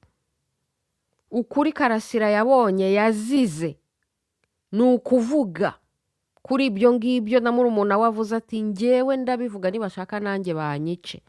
ni ukuvuga kuri iyo jenoside yakorewe abatutsi ikozwe n'abatutsi. ibyo ni ibintu tugomba noneho kuvuza induru isi yose ikabimenya. nimutabikora arabamara ni hahandi, kuko uhishira umurozi akakumaraho abana. uyu muryango wa Karasira ni sembolike. yemwe bantu bashaka guhishira umurozi, murabibona neza ko umuryango ushize, umuryango arawumaze. umuryango urashize muri jenoside kontra abatutsi ikozwe n'abatutsi.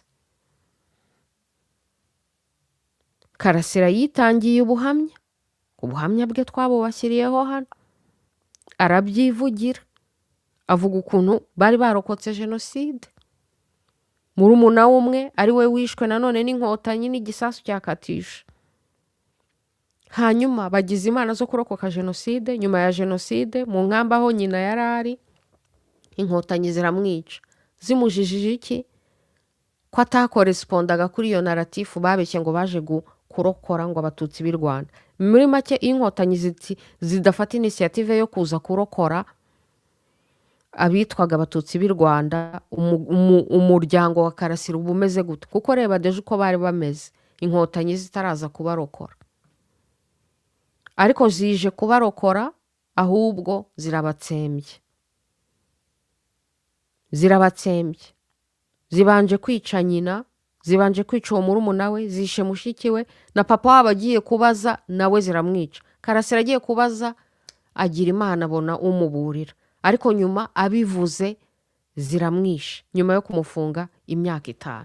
kariya kabebe, kariya kana muri kubona ku ifoto n'uyu murumuna we. ako niko gacika cumu kari kavuga ngo twavuga ko kacitse kuri iryo cumu. Karasira we yajyaga avuga ngo ni umushingwa cumu. ako karumuna ke ariko konyine gasigaye, ariko konyine ubwo karokotse iyo jenoside kontra abatutsi iri gukorwa n'abatutsi. tugomba kubivuga openly, nibashaka batwica. kuko ni hahandi n'utatabivuga azatumara. ni hahandi mutavuga arabica, nimuvuga arabica. so you might as well scream. kandi murumuna wa Karasira yagize ubutwari. reba kano kabebe, kano kana kari ku ifoto ko mama afashe mu ntuza mu mutwe, kagize ubutwari kurusha abagabo benshi cyane b'abanyarwanda. Karasira we yari aka kajene kari aho ngaho. Ikindi kintu Karasira yavuze gitangaje cyane, muribuka atubwira inkuru z'umuntu witwaga Kigurube wari warabatesheje, wari wabatorutiraga nyine, wari umuperturbateri. Reka mubereke ku kandi gafoto twabonye ka Karasira. Nibaza ko nanone ari Gatebuke wagatangaje kuri Twitter. Dore sha Karasira n'uwo nguwo wambaye agakaravati aho gatoya, hanyuma uwo ngo Kigurube unakekwa ko cyangwa uvugwaho ko yabaye interahamwe amwicaye agoshe. Noneho aranakekwa ko yanaparticipye muri iyo Genocide contre abitwaga Abatutsi yakozwe n'abitwaga Abahutu. Ariko murabyumva nyine ko tutakiza ubwoko, right? Kuko bari kubyigisha mu ishuri. Amashuri y'u Rwanda, subiramo ibyo bakubwiye, ntutekereze, ntubaze ikibazo. Nubaze ikibazo cyangwa nuvuga amateka yawe adahuye n'ibyo bari kukwigisha, barakwica. Uyu mwicanyi wicaranye na Karasira hasa gauche ngo bariganaga muri primaire, we Kagamistan yaramuhembye. Imuhembera ko ari umuperturbateri, ko ari umwicanyi. Imuhembera kandi kubwo niba yaragiye muri Genocide, ni mubizi se ko inkotanyi zafatanyije n'interahamwe gukora Genocide. Rutaremara yarabitwibwiriye 5-5. Judy River yarabyanditse avuga ukuntu inkotanyi zari zaracengeye ahantu hose. Inkotanyi z'ubwazo zari zitwibwiriye. So interahamwe zafatanyije n'inkotanyi gukora Genocide. La face ouverte publique izwi ni face yabo Bahutu ngo bakoze Genocide. La face cachée y'iyo Genocide itazwi ni face ya Genocide yakozwe n'Abatutsi, ikozwe n'Abatutsi. Yakozwe contre Abatutsi, ikozwe n'Abatutsi. Iyo niyo face cachée twashakaga kuvuga uyu munsi. Posteri exemple par excellence y'iyo Genocide contre Abatutsi par Abatutsi yakozwe n'Abatutsi n'uyu muryango wa Karasira.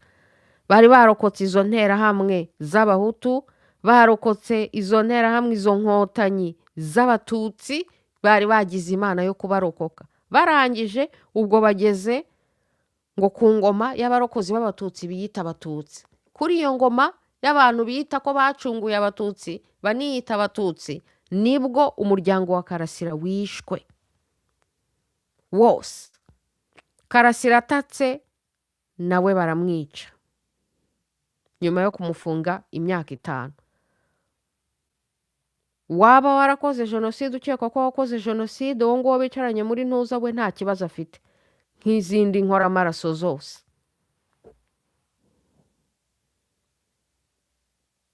Karasira dernier victime w'iyo Genocide yakorewe Abatutsi, ikozwe n'Abatutsi. Ariko ni hahandi mu ishuri mwabonye ibyo abana babigisha, bakirengagiza ko inkotanyi zateye muri 90 aho zaciye hose zishe abaturage, ari Abahutu ari Abatutsi zarabicaga. Bakirengagiza ko zemfiritiye zikica Abatutsi kugira ngo zigire kidobya, ziprofite kao, zifata igihugu muri kao. Bakirengagiza ko imbarutso nkuko twabiganiriyeho na onana ubushize ya Genocide ariyo guhanura indege yahanuwe na Kagamistan, ahanura indege yari irimo abaperezida 2. Bakirengagiza ko inkotanyi biyita Abatutsi bandikiye UN muri uko kwezi kwa Mata kwa Genocide, bakabwira UN ngo ntizatabare. Ibyo byose bakabyirengagiza, bakaroga abana, bagateranya amoko, bakigira abatribalist, kandi bakirimo kubeshya ngo uyu munsi nta moko tuzi. Bakirimo kubeshya ngo uyu munsi ngo se ngo hari abagipfa, uyu munsi hari abagipfa. Abana bati oya. Yemwe bana rero, mbabajwe no kubamenyesha ko ibyo byose ari ibinyoma baba bigisha.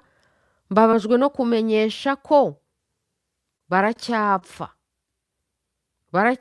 Ahubwo ereri ni ukwibwira ko Genocide yarangiye.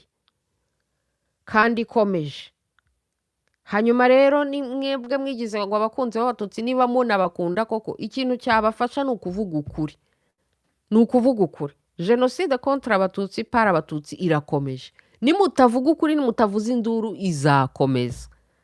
Abantu bigize abakunzi b'abatutsi, reba ukuntu bafata n'umuntu watabaza, waba mu kiriyo, wavuga ukuri. Reba ukuntu bashaka kumuniga hejuru yo kumwicira umuryango we nawe ubwe, bashatse kumuniga bamwimye ijambo. Kubera iki? Kubera ko iwabo wa Karasira bari intwari, babyaye intwari. Inkotanyi zaje kubabohora zisanga barize, bafite ubuzi bwiza, bavuga ibifaransa. Ishyari zirabica nk'uko bamara yari yabitubwiye, kuko badafitinga narrative yo kuvuga ngo ngo abatutsi ntibigaga, abakene, abatindi.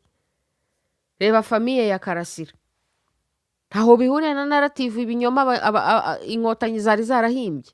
Abantu nk'abo ngabo bagomba kubera imina, nk'uko bikomye nyine babaga mu Rwanda kera bameze neza n'iki byose, bakajya basigaza injiji, abatindi, abacakara mu mutwe n'abatindi ku mutima, kugira ngo aribo babasha gukontorora les intellectuels, les éduqués, les bonnes familles, abakire cyangwa se middle class.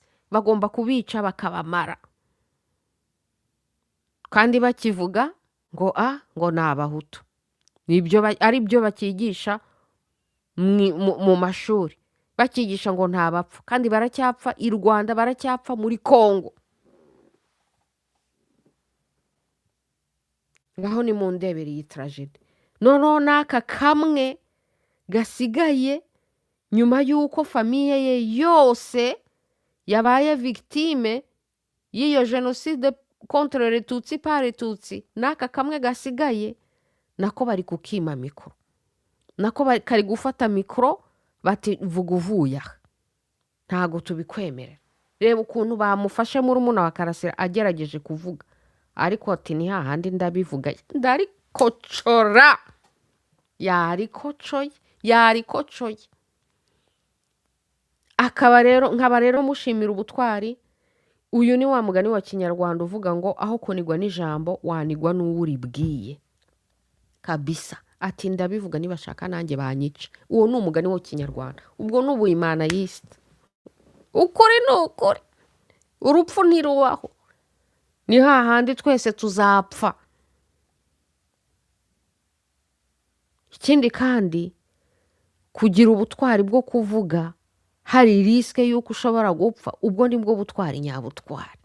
Kuko se kuvuga nta riske, nta cyabaye, nta kintu na kimwe uriska. Ubutwari nyabutwari dore ni nk'ubu ngubu. Nubwo bwose bavuga ngo ntago akomeye mu mutwe, ariko maximum risk arayizi. N'uyu mwavoka w'umuhagaze iruhande, rega nawe maximum risk arayizi. Arabizi, yaje kumuhagarira iruhande, arabizi ko ari abicanye. Kandi arimo aravuga ati uyu murumuna wa Karasira mana we aramutse se noneho abivuze noneho nawe akamwica. Ubu uyu wasanga uyu mwavoka ari kwibwira ko yenda hari n'ikintu ari gukora we. Wasanga mu mutwe wenda ari no kwibwira ko ari gusevinga murumuna wa Karasira, ariko mu kumusevinga arimo aramusonga. Kuko se umugani wa kinyarwanda uduha iyo freedom of speech. Ati aho kunigwa n'ijambo uzanigwe n'uwo uribwiye. Uyu nguyu we mu kumusonga no kumuniga arimo aramubwira ngo nigwa n'ijambo, nigwa n'ijambo. Harimo aramuniga, ntanigwe n'ijambo. Murumuna wa Karasira ati no, hells no. Ndabivuga. Yiga primaire kuri EPA, yiga tronc commun. Aho ngaho rero avuze muri primaire kuri EPA, niho nari imberetse nyine na ka gafoto nyine nari imberetse kaho nguho ni muri primaire kuri EPA, n'uwo nguwo biganaga wundi ngo yitwa ngo Kigurubi.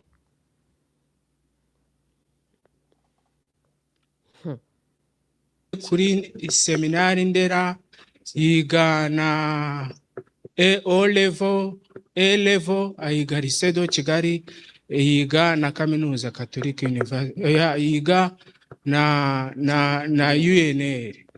Akinana na metre karate sinzi, umuvandimwe wacu bakinaga metre karate sinzi, akajya mbwira ngo baranyima umukandara wo muri karate umbereye. Kubera iki? Kubera ibyago twagize ibyego, ariko tujye twivugira ahantu neza. Twagize ibyago twicirwa n'umuryango wacu wose urapfa, ariko Karasira Aimable we yarambwiraga ati nabuze umuryango wanjye kuva ku babyeyi bose na mama na papa, ariko akambwira ati wiciwe n'inkotanyi. Reba sha, ndeba ukuntu ari kumuniga, reba ukuntu ari kugerageza kumwishwitura, reba ukuntu ari kugerageza ati nigwa n'ijambo, nanjye ndakuniga.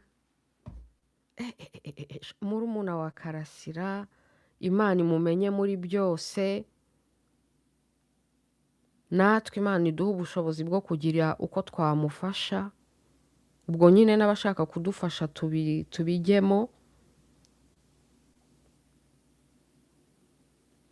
kubera ko dore umuryango wose urashize muri iyo jenoside rwihishwa, jenoside icecetswe, jenoside itagivugwa, ariyo jenoside yakorewe abatutsi, ikozwe n'abatutsi.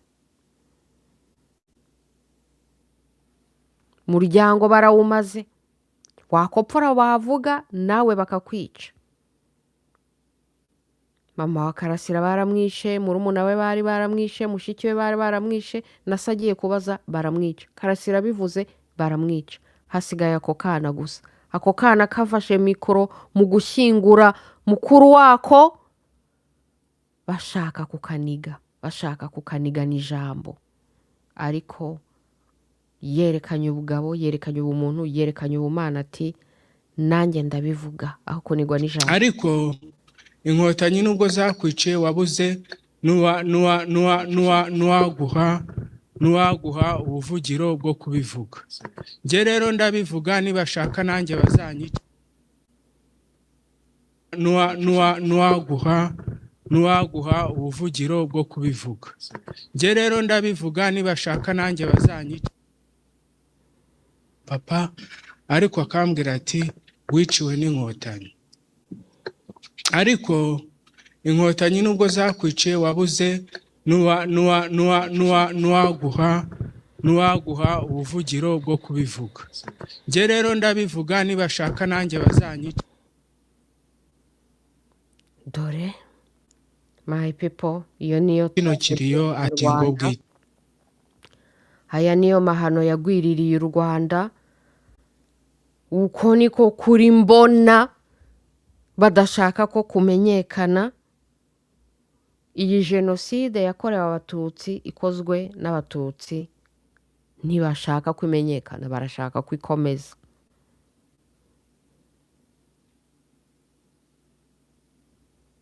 Mbega birasa nkaho mu Rwanda, muri Kagamistan, muri mentalite ya Kagamistan, ikibi ni abahutu bisha abatutsi, ariko abatutsi bo bafite uburenganzira bwo kwica abatutsi. Ibaze we, dore nguwo mu karateka Karasira. Ubwo rero icyo ni ikibazo abanyarwanda bagomba kwibaza. Ese Kagame ni proprietaire w'abatutsi? Afite uburenganzira we bwo kubiyicira, Ikibazo ni abahutu bisha abatutsi. Bo barakurikiranwa, bakanabeshyerwa, bakajyanwa mu nkiko, banababeshyera, banabahimbira. Hanyuma mu mashuri y'abanyarwanda, aho kubigisha ibyo byose, intambara na context, bati jenoside yakorewe abatutsi yakozwe n'abahutu. Kandi ibyo mvuga ni jenoside kontra abatutsi ikozwe n'abatutsi irakomeje no muri Kongo. Ahangaha uyu mujene Inkotex inkotanyi in exile turayishimiye. Hari umuntu wamutelefonnye arimo amubwira avuga ati mutabazi ngo Kagamistan agiye kugenda ngo ajye kumara ngo bene wabo muri Kongo, ubwo abatutsi bitwa abatutsi bo muri Kongo, hanyuma narangiza avuge ngo agiye kubatabara kandi agiye kubamara kugira ngo abeshyere leta ya Kongo na leta y'u Burundi, hanyuma namara kubamara yabeshyeye leta y'u Burundi agende ngo agiye kubatabara kandi ari we uri kubamara nkuko bamara nawe yabitwibwiriraga. None reba urugero rw'uyu muryango wa Karasira baje kubohora no gutabara, baje kubabohora, baje kubatabara, none ahubwo nibo babamaze. Uretse rero mwiyumvire n'iri twaza ry'uyu muryango, ibintu bigiye gushyirwa mu bikorwa, itekinisi izamutse, bagiye gutanga ubusabe bakabavanga barasi bubembe kugira bariko bajijisha cyane ngo bazorasa baraka ngo bagere baraka ngo bagere ni bubembe. Ibyo ko barabivuga kugira ngo bivuge ko social media, ariko cyane mugambi nuwo kwica abantu kugira ngo babone pose y'ibibazo bibaveho. Amerika irangazwe n'ibingibi bibaye. None igihe cyo kwica cya bene wanyu kirageze.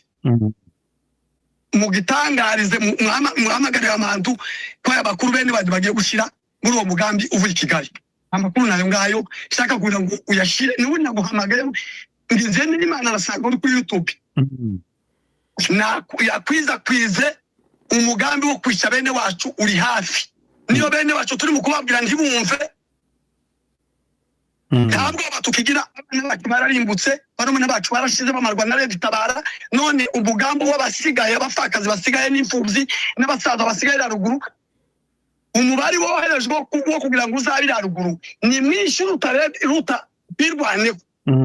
Hari ingabo ngo zigiye kuzamuka bafite noneho hagiye kuboneka ingabo nkeya izokora ibara twirwanira cyane, ariko haboneka ingabo nyinshi zirenze zizorwane zituka impande zose mu buryo zizazinjira zikinjira mu abaturage ntibamenye uko bibaye kandi bazice bita Barundi na Kongo. Makuru na Republika ngaho ni mu nyumvire, ngaho ni mu nyumvire my people. Ubwo se murabivugaho iki? Donc Kagamistan yigize ngo umucunguzi w'abatutsi, we afite uburenganzira bwo kubica, afite uburenganzira bwo kubamara. Azabamara rero, hazabamara. Hanyuma kandi akigirishwa mu mashuri y'abana nkaho akunda n'abo batutsi, nkaho ananabitayeho, barimo barigisha abana ngo abishwe n'ibande, ngo abishe n'ibande, ngo ariko twebwe uyu munsi ngo nta bwoko tuzi, ngo twese turi abanyarwanda gusa. Can you imagine? Ngaho rero mumbwire my people. Rero ngiye gushyiraho link yo muri studio mbere yuko ngenda, kugira ngo umuntu washaka wese kugira icyo avuga, ntago tubaka mikoro, ntago turi buze kubaniga. Beati agahinda gusa kubuza umuntu kuvuga ubuhamya bwe bakamwambura mikoro. Ibaze sha kuza mu ishyingura ry'abandi, urinde jewe namwise gatindi gakotanyi, gakozi kabi nkora amaraso, kuko sinshobora kuvuga izina rye ntago ari merita. Gusa ibi bintu biteye ishema. Kan video nyishyire kuri screen kabisa, kuko ibi bintu ni scandalous, ariko en même temps ni très symbolique y'ibintu biba ku banyarwanda, y'ibintu biba societe nyarwanda. Dore ni gutya Kagamistan yifatira abanyarwanda ku gakanu, ikabaniga, ikababuza kuvuga, ikabatwara ijambo. Kubera iki? Kubera ko bari kuvuga ukuri gusa. Mwibuke na wa mugani wundi uvuga mu Kinyarwanda ngo n'umusazi arasara akagwa ku ijambo. Ubundi mu Kinyarwanda ibi bintu nanabibandikiyeho no muri Imana yist. Mvuga ni freedom of speech. Freedom of speech ntago ari concept ngo dukura muri Occident. No muri culture yacu, mu muco wacu, mu mateka yacu rimo ni kimenyimenyi. Aho kunigwa n'ijambo wanigwa n'uwuri bwiye. Iyo ni freedom of speech duhabwa n'abasekuruza bacu. hanyuma bagatanga freedom of speech kugeza naho bahaye na freedom of speech n'umusazi. Niyo bavuga ngo uyu mwana ngo afite ibibazo n'iki byose, mu muco wacu wa kinyarwanda n'umusazi afite freedom of speech, kuko baca umugani ngo n'umusazi arasara akagwa ku ijambo. Bivuga ngo niyo yaba ari n'umusazi ugomba kumuha mic, kuko ashobora gusara akagwa ku ijambo. Uyu mutipe rero gatindi gakotanye yarari hano arimo yitambika mu bumana bwa murumuna wa Karasira. Hewe gushaka kuvuga ukuri, gushaka kuba umunyakuri n'ubumana yararimo bwitambikamo, yararimo yitambika mu burenganzira bwe ahabwa n'ubumana bwe n'uburenganzira twahawe n'ubasekuruza bavuze bati aho kunigwa n'ijambo. N'umusaza arasara akagwa ku ijambo, amwipanganitseho ashatse kumuniga.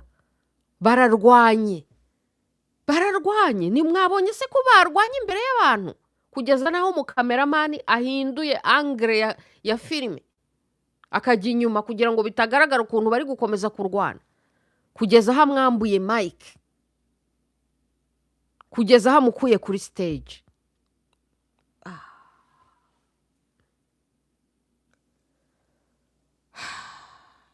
Kandi buriya mu mutwe we ashobora kuba ari kwibwira ngo yenda ari kumugirira neza, ngo ari kumugirira neza atamureka akavuga nawe bakamwica. Ariko si byo bishatse kuvuga iki? Bishatse kuvuga ko gatindi gakotanyi abizi neza ko inkotanyi ari inkora amaraso, ari abicanyi, ari abajenosideri bakoze iyi genocide contre les Tutsi par les Tutsi, bamaze umuryango wa Karasira. Ibyo byose arabizi, ariko yahisemo gukora iki? Yahisemo gukora nanone bya bindi nanone biri mu muco wa kinyarwanda bivuga ngo ukuri uzi. My people, gatindi gakotanyi ukuri azi arimo araguhakishwa.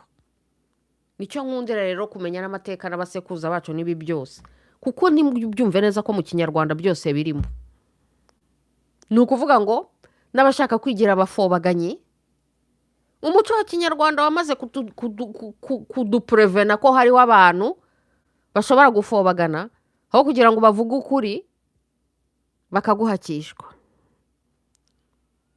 Uyu mugabo rero ni umucakara wa Kagamistan, arahatswe, azi ukuri, ni nayo mpamvu yagukurikiranye, ukuri mbona, ukuri Aime ari kuvuga. Arabizi byari bimurimo, yaje ati ndabamari ngomba gupfukirana, uko we ni umucakara, ati shebuja nyirabuja ari bumwice.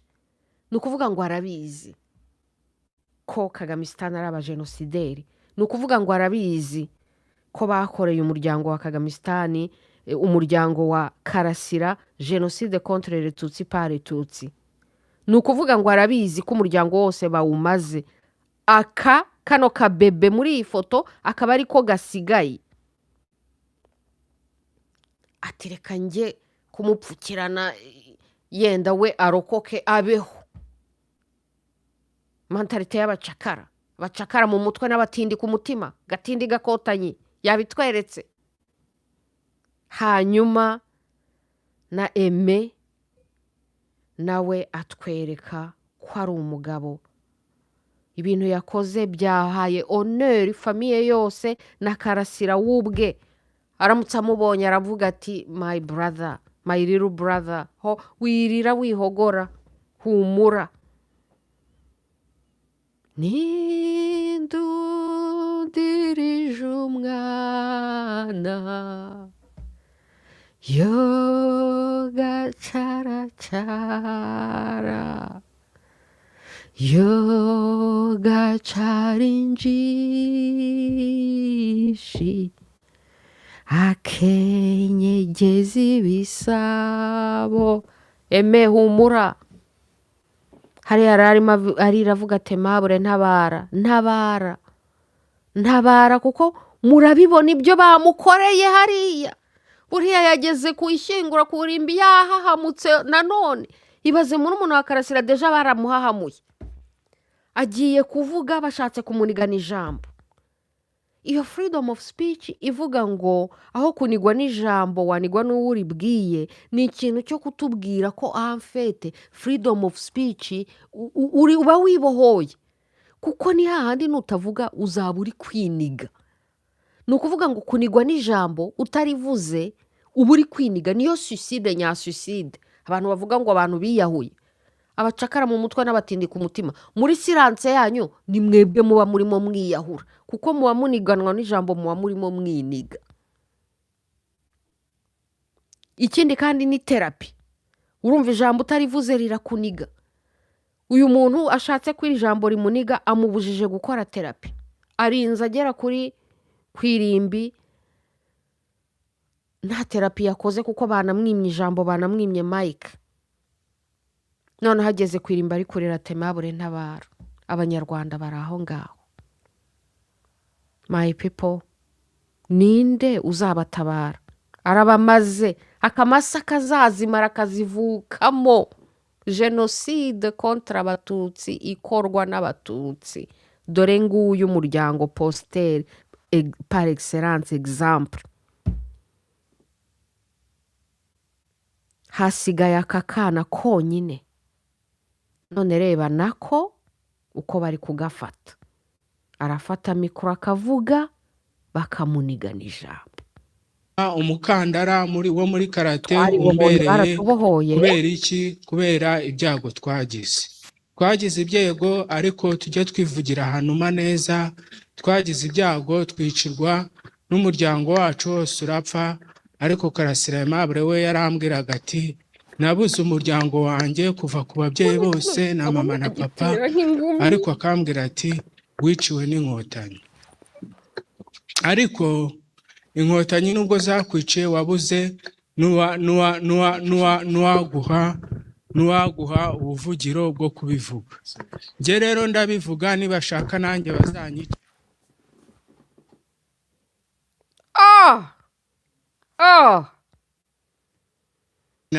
Na metre karate sinzi umuvandimwe wacu bakinaga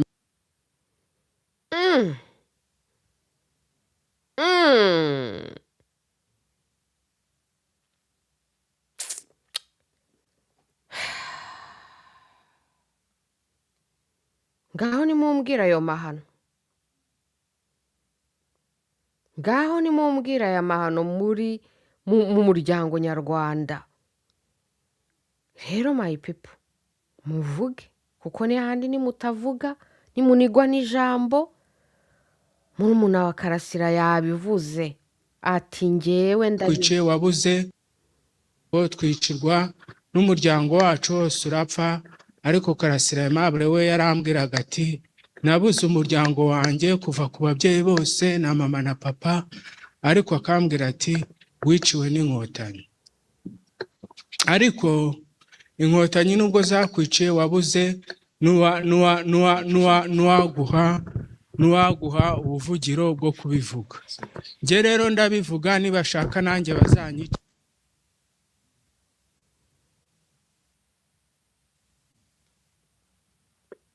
Uri intwari sha, uri intwari basi.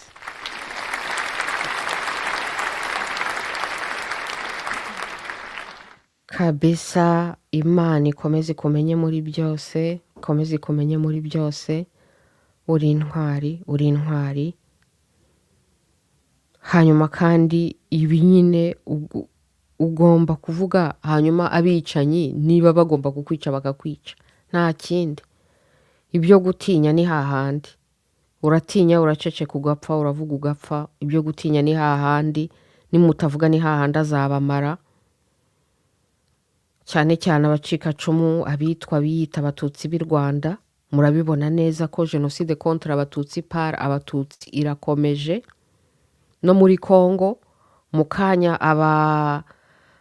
abakongomani bari barimo badenonsa maze kubibereka.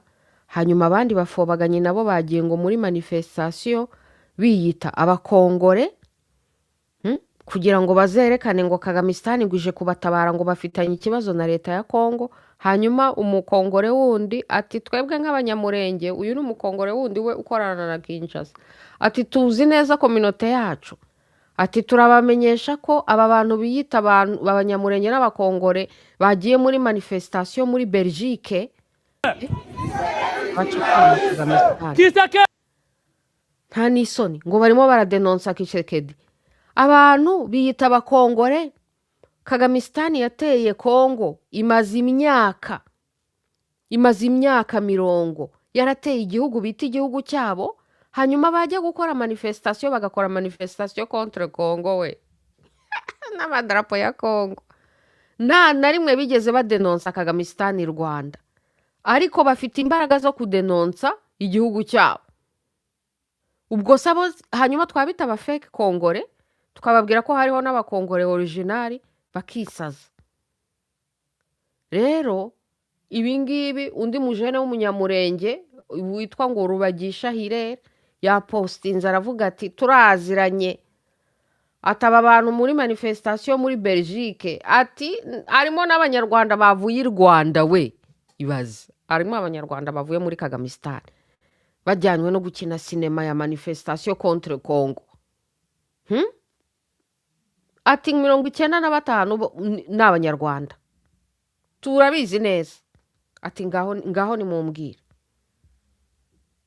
uyu we muramuzi kuri Instagram abari kubyina, ntimumuzi uyu mugabo kuri Instagram harimo yibyinishwa ibintu ntazi, ni mwene wa mugabo sinzi niba afite akantu gatoya ashyira konkombure mu ipantaro we ngo kugira ngo yerekane ko afite something, hanyuma agakora amavideo. Muzajye kumureba kuri Instagram, sinzi uko yitwa, antuka akora ubu video bw'utugoryi harimo yabyinnye yashyize konkombure mu ipantaro ngo yerekane ko afite uruntu.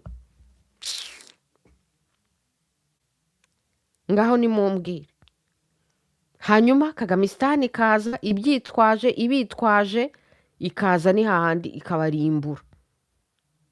Ubwo se muzaba mwungutse iki? Nababwira iki? Nakunze cyane abongereza bahagurutse.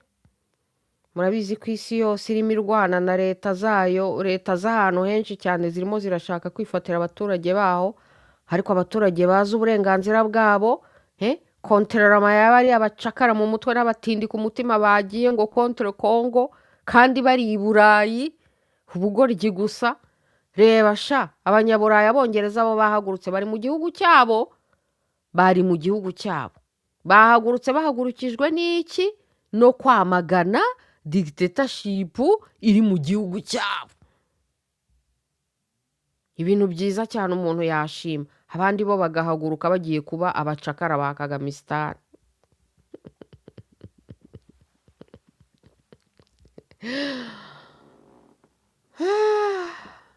Rero ni hahandi byose bizarangira nabi, n'imitungo yose mwibye bazayibarya. Aha harimo aravuga noneho ngo ukuntu na Kagamistan ubwe ku giti cye ngo bagiye kumusanctiona, n'ukuntu aherutse ngo gushaka kujya Washington bakamwangira ko ajyayo. Ni hahandi murarushywa n'ubusa, umuryango wa Karasira murawumaze. Ariko ngewe naravuze ni muvumwe. Dore ibivuma ahubwo byose mu ifoto imwe we tubyerekane.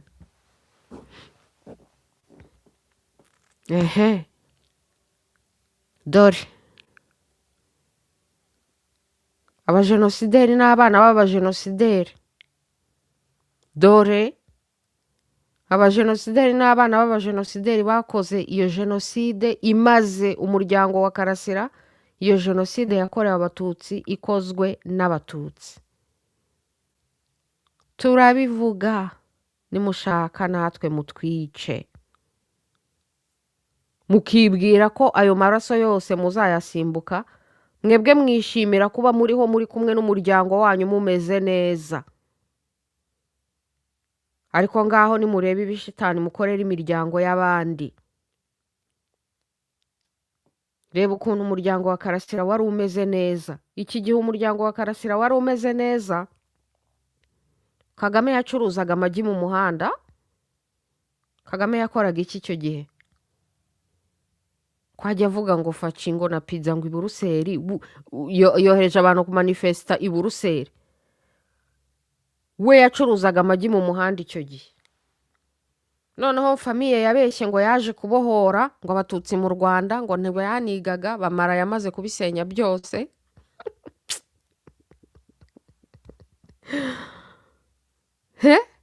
Aje kubohora kwa ba Karasira. Muri uko kuza kubabohora, umuryango arawumaze. Umuryango arawumaze. Noneho na murumuna we wenyine usigaye, nawe baracyashaka kumuniga. Niko, my people, uru Rwanda ni Kagamistan. Ni akarima ka Kagame n'umuryango we, niwe bonyine bemerewe kuba mu Rwanda mu mahoro. Abandi banyarwanda ntago mufite uburenganzira bwo kubaho, mwebwe muri inka cishwa.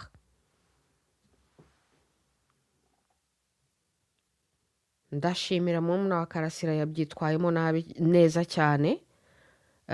Yabyitwayemo neza cyane. Uwabyitwayemo nabi nashakaga kuvuga nuriya wiyita ngo umwavoka we, niwe wabyitwayemo nabi cyane. Rero ibi byababayeho, ibi bintu bibi byababayeho, ndashimira mu Karasira.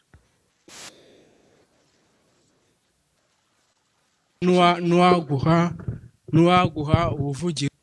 Nabuze umuryango wanjye kuva ku babyeyi bose na mama na papa, ariko akambwira ati wiciwe n'inkotanyi. Ariko inkotanyi nubwo zakwiciye wabuze nuwaguha ubuvugiro bwo kubivuga. Nge rero ndabivuga, nibashaka nanjye bazanyica. Ubwo ni ubutwari. Babyitwa intwari, babyita ubutwari. Rero Kagamistan, ibivume n'umuryango we wose, ibibi byose mwakoreye uyu muryango wa Karasira, akaba asigaye wenyine, mukabikorera kandi murimo mukorera abampatsi ibihugu. Dore aka gapini Kagamistan yambaye, aka ni ka gapini k'abacakara bampatsi ibihugu. Inaha bahora babyani ngo umuyobozi wese wambaye aka kantu ngo mujye mumenya ko adakorera bene b'igihugu be, akorera aba predateur hanze aha ngaha, abashitaniste nk'uko Beya yabise. Ibaze umuryango nyarwanda arawumaze, arabexterminiye, ngo ahahaha ab'umucakara babampatsi ibihugu bamureke ajye ku ngoma, kandi ni hahandi nawe bazamusanctioninga n'ibyo yibye, nawe babimwibe, hanyuma n'umuryango we nawe bawuhindure zero. It's only a matter of time. Kagame azahinduka isomo bazajya bigisha mu mashuri no muri university, nka biriya bari kwigisha mu mashuri, babwira abana b'abanyarwanda. Bazajya bigisha mu mashuri bavuga bati kera habayeho umuyobozi, umucakara mu mutwe n'umutindi ku mutima. Haraza mu Rwanda akora genocide contre abahutu, akora genocide contre abatutsi,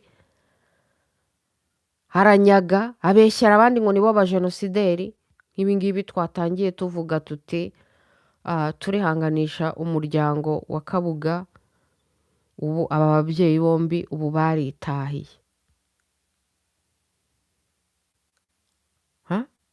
Haraza agashaka kubona abandi bo example, abangaba ubukire bari bafite bari barabukoreye. Mu gihe Kagamistan yacuruzaga amagi muri Uganda, yashoboraga gukomeza agacuruza amagi, akazaba umwantrepreneur nawe akagira icyo yigeraho. Ariko yahisemo iki? Yahisemo kujya muri business yo kwica abantu no kwiba, kugira ngo akire yihuse, akire atabikoreye, akire akijijwe no kwica no gusahura iby'abandi. Agafata abantu b'abakire nk'aba ngaba akabica bahagaze, hanyuma abandi nabo akabica for real, bagahinduka ba victime ba ya genocide tuvuga itavugwa, ya yindi tugomba kuvuga bashaka bakatwica natwe, ariyo genocide yakorewe abatutsi ikorwa n'abatutsi. Muri kubibona ishyano u Rwanda rwagushije. Ikindi kandi nk'uko twabiganiriyeho na Donatien Kabuga, mwibuke ko umugore wa Kabuga babeshyeye yari uwo muri abo ngabo ngo bitwa abatutsi. Ukibaza ukuntu umuntu ashobora kujya kurongora umuntu bakabyarana n'abana beza benshi cyane, ubwo ni ukuvuga ngo yababyayemo yarababyaye, hanyuma yarangiza ngo akajya ngo gushaka imihorongo yo gushaka ngo kubica.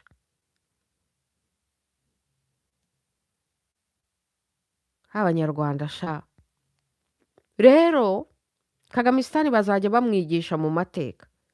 Kera habayeho umugabo mucakara mu mutwe mutindi ku mutima, akorera bampatse ibihugu, haramara abanyarwanda, yarangiza agaforsa abantu muri izi narrative zipfuye zo guharabika ubwoko, kandi nawe ubwe nubwo yiyita umututsi nawe yaragiye muri genocide contre abatutsi, nawe yarishe muri iyo genocide contre abatutsi, nawe yarahanuye abaperezida babiri kugira ngo ananayitangize, abone ukwiba, abone iyo kao, abone uko yifatira ubutegetsi, hanyuma yarangiza akabeshya ngo ni umusoveri w'abatutsi. Hanyuma abatutsi barokotse genocide yakozwe n'abo bitwa abahutu, ni hahandi bafatanyije n'izo nkotanyi zari zarabemfiritiye, hanyuma ni hahandi na nyuma yo kurokoka Kagamistan irabishe, irabamaze, ibajijije iki?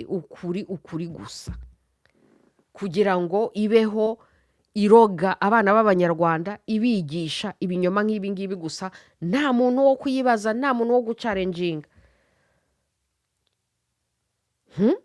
Ngaho nimumbwire, u Rwanda ruragana he? Ku musenyi.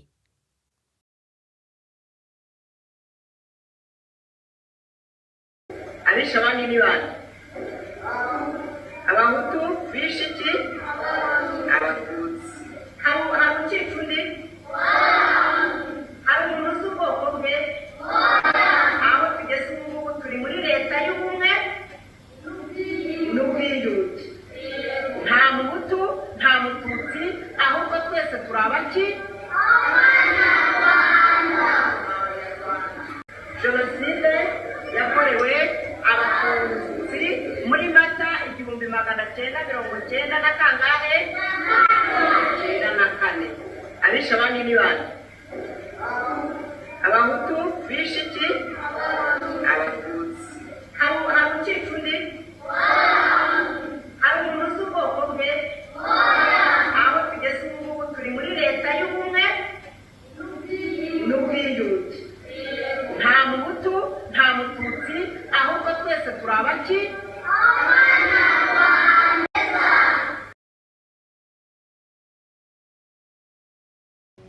My people, ngaho nimumbwire, ngaho nimumbwire abo bana b'abanyarwanda bari kurogwa, bari kwigishwa kuba inkacishwa aha. Emera ibyo tukubwiye, bifate mu mutwe, ubibroke by'ubusubiramo, uhinduke nka peroke. Ntago muri abantu, iyi ni deshumanisation. Ntabwo muri abantu, nta nubwo mwemerewe kuvuga, turababwira ibyo muboroka.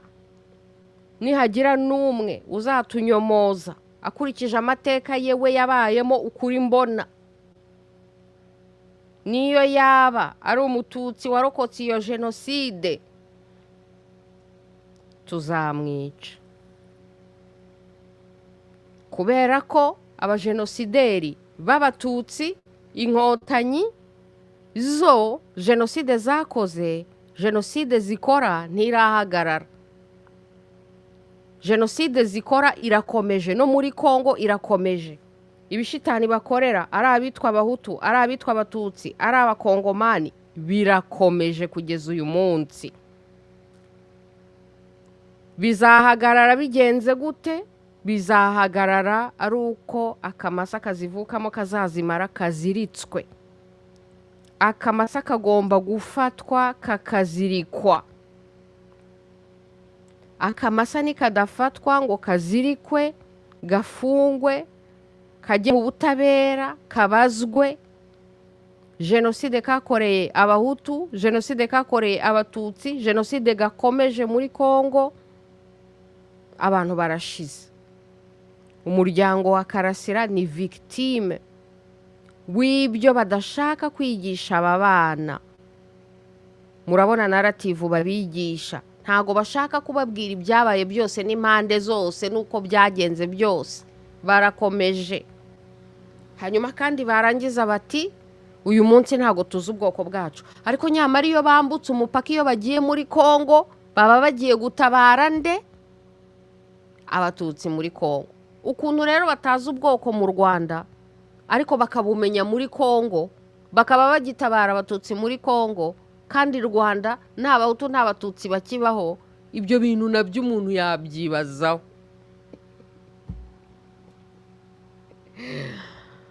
Hanyuma aba bana rero ninde uzababwira inkuru ya Karasira? Ninde uzababwira inkuru ya Karasira ko na murumuna wa Karasira ari we musurviva wenyine agerageza kuvuga, afata mikro, hanyuma bagatinda gakotanyi bakaba bamuri iruhande, bakaba bashaka kumuniga.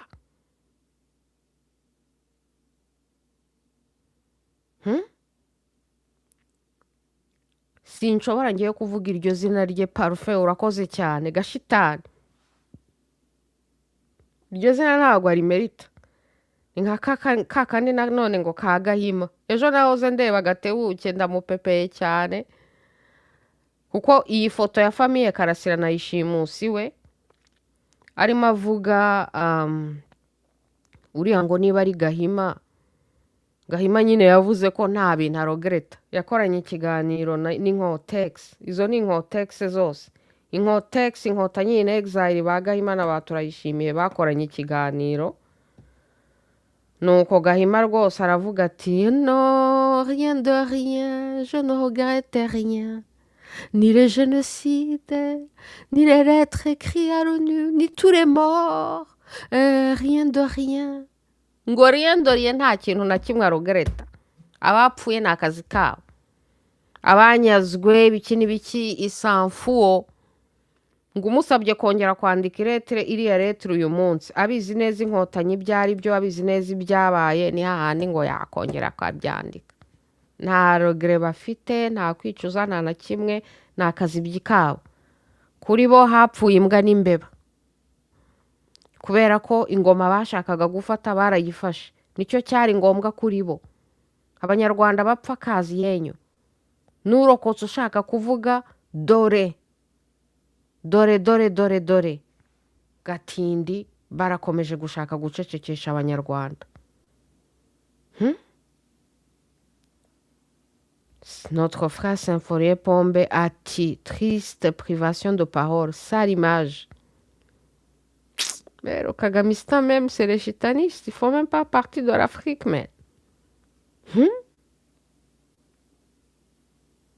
Yo, kariya kagabura kazi kibyinishwa kashyize konkombure mu ntuza mu mapantaro ngo aha ngo kerekane ko hari ikintu kiri mu mapantaro. Urakazi se?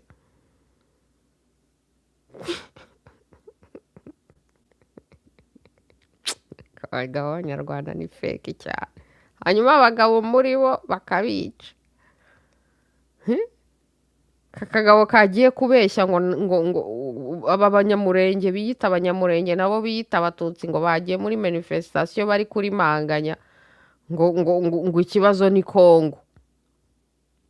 Ikibazo ni Kongo abantu ntibigeze baprotesta na rimwe mu buzima. Kagamistan ijya muri Kongo ikica abantu, ibyo ntago bibareba, ntago baprotesta na rimwe. Ariko ngo bagiye guprotesta Kongo. Ikibazo ni Kongo. Dore nakangaka. Mwabonye se bindi bya skandale twabonye byo muri Kagamistan?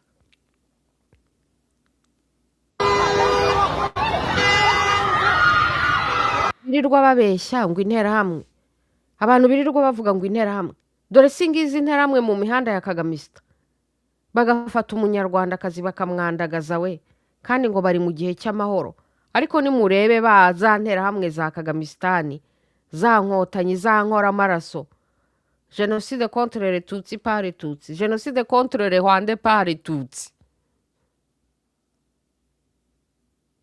Ndabivuga nibashaka banyice. Reba ibintu ziba zikorera abanyarwanda mu muhanda. Ariko uyu munsi noneho ngo abanyarwanda byabananiye kubyihanganira. One day rero, one day shaho, abanyarwanda bose bazavuga bati ndakora neza, nimushaka ikibe kabi birarambiranye. Nimurebe ibintu byabaye mu muhanda I Kigali.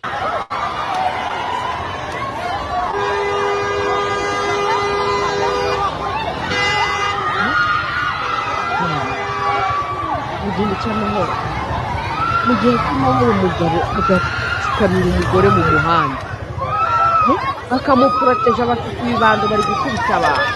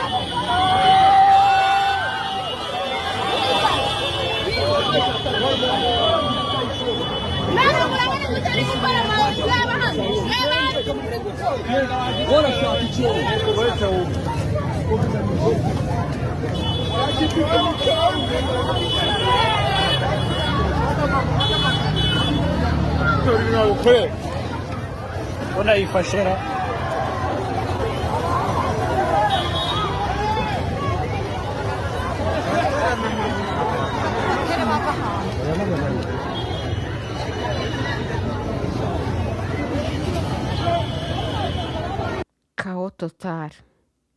Agakurura umugore nk'ukurura inyamaswa. Agakurura umugore nk'ukurura inyamaswa mu muhanda imbere y'abantu. Kagamistan barangiza bakavuga interahamwe. Ibi kandi birimo biraba mu gihe cy'amahoro. Interahamwe zakoraga ibintu wavuga ko zanakoraga n'ibintu bibi byari no mu gihe cy'intambara. Ariko nta nubwo zigeze zikora ibintu nk'ibi ngibi. Uyu munsi bivugishwa ngo interahamwe.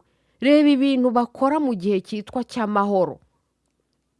Maze wibaza uti aba bantu bakora gutya mu gihe cyitwa icy'amahoro bazakora yahe mahano mu gihe noneho hazaba hari akantu kabaye.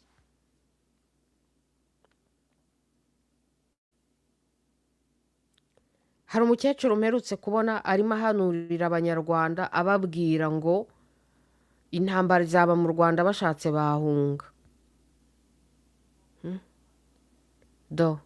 Reba abandi banyarwanda ibyo baba barimo. Aba ni abakongore baba bari kubyerekana bati u Rwanda igihugu cy'ibinyoma gusa.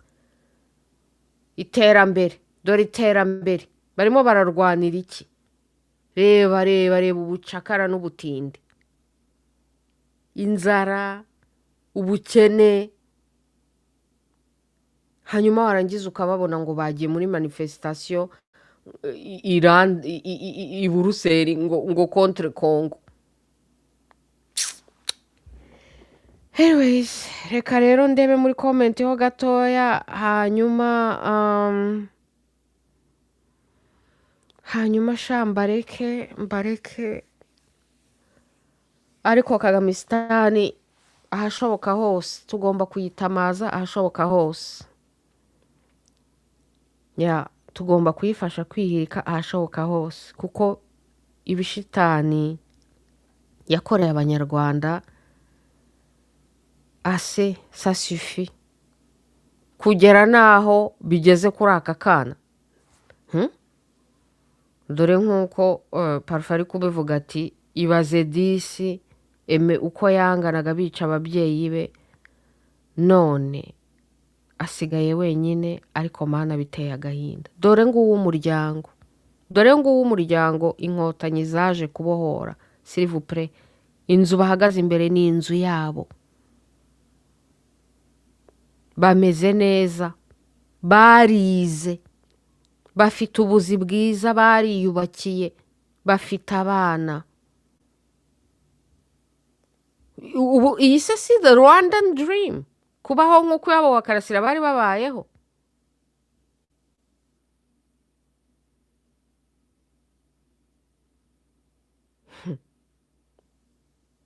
inkotanyi ngo zije kubabohora zije kubatsembatsemba ahubwo zije kubakorera jenoside yakorewe abatutsi ikozwe n'abatutsi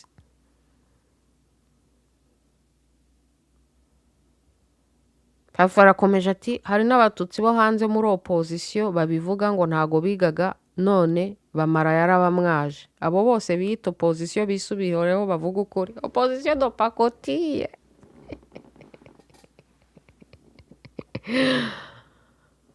umuryango wa Karasira ibyo byose juste murabinyomoza nahise ntekereza ibyo bamara yatubwiye kuko umuryango wabo ntago corresponda muri narrative inkotanyi zashakaga mama wabo yarize avuze igifaransa muri MSF bati what bacakara mu mutwe batindika umutima inkandagira bitabo batari kuvuga ibiki bakamwicira ibyo Bea hano ndibaza ko ari kuvuga ibya Kabuga ati bashakaga imitungo ye gusa bashakaga imitungo ye gusa hibaze avuye muri Uganda we yacuruzaga amagi ku muhanda araje adeturije abari batunze i Rwanda ikindi kintu numvishe bajijije Kabuga nuko we inkotanyi zaramwegereye zishaka ko azifasha aranga yanga kuzifasha urumva ahubwo aho ngaho reka mukomera amashyi we reka mukomera amashyi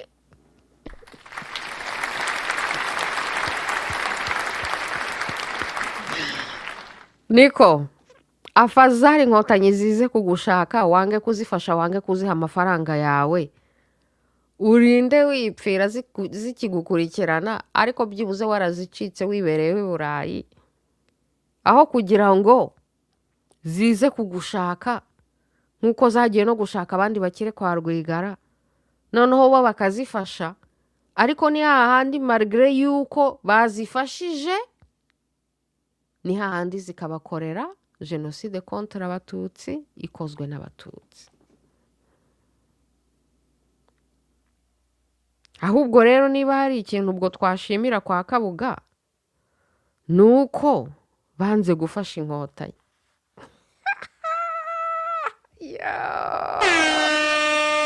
hari umujene dufashije semfariye pombe what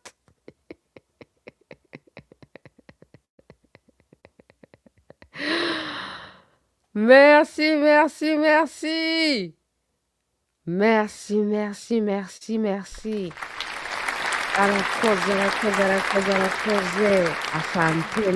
asanteni sana semfariye pombe merci infiniment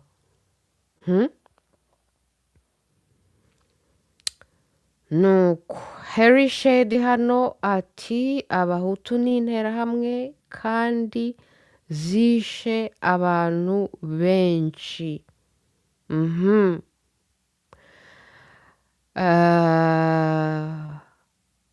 none se erega nta debate igihaba twebwe ntago tujya duhakana cyangwa tudefanda ngo hari abantu ngo tubasha guhishira hari abahutu bakoze jenoside baba genosideri barabibajijwe kandi bagomba kubibazwa icyo si cyo kibazo aho siho ikibazo kiri aho ikibazo kiri ni abitwa abatutsi baba genosideri bo aho kugira ngo nabo bajye mu butabera nabo babazwe ubwicanyi bakoze bagiye mu buyobozi bakurikizaho gushaka kwima mikoro uwavuga wese kumwima mikoro urumva se rero ibyo kutubwira ngo abahutu ngo ni ntaramwe ngo bishe abantu benshi, ibyo jisitoma nibyo nahoze mvuga, ni iyo ni uruhande ruzwi rwa jenoside mu Rwanda. Ni rero hari urundi ruhande rutazwi rwa jenoside mu Rwanda tugomba kuganiraho tukabivuga, ikibyimbye kikameneka, nk'uko murumuna wa Karasira yavuze ati ndabivuga nibashaka nanjye banyice. Ibyo bigomba kuvugwa rero, ikibyimbye kikameneka, nuko hariho aba bantu biyita abatutsi bakoze jenoside, baba genosideri, kandi iyo jenoside ikaba ikomeje, bakaba barayikoreye abahutu, bakaba barayikoreye n'abatutsi. N'ikimenyimenyi ibyo turi kuganiraho uyu munsi, umuryango wa Karasira ni victime w'iyo jenoside yakorewe abatutsi, ikozwe n'abatutsi.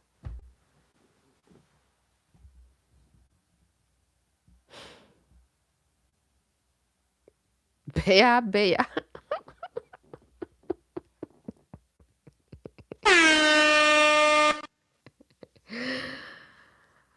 kariya kagabo gafite utuvideo kuri Instagram kari kubyina za ndomboro, kuko kabyina za ndomboro, ariko kakabyina za ndomboro kashyize konkombure mu ipantaro. Ninde mugabo wo kubyina za ndomboro yashyize konkombure mu ipantaro?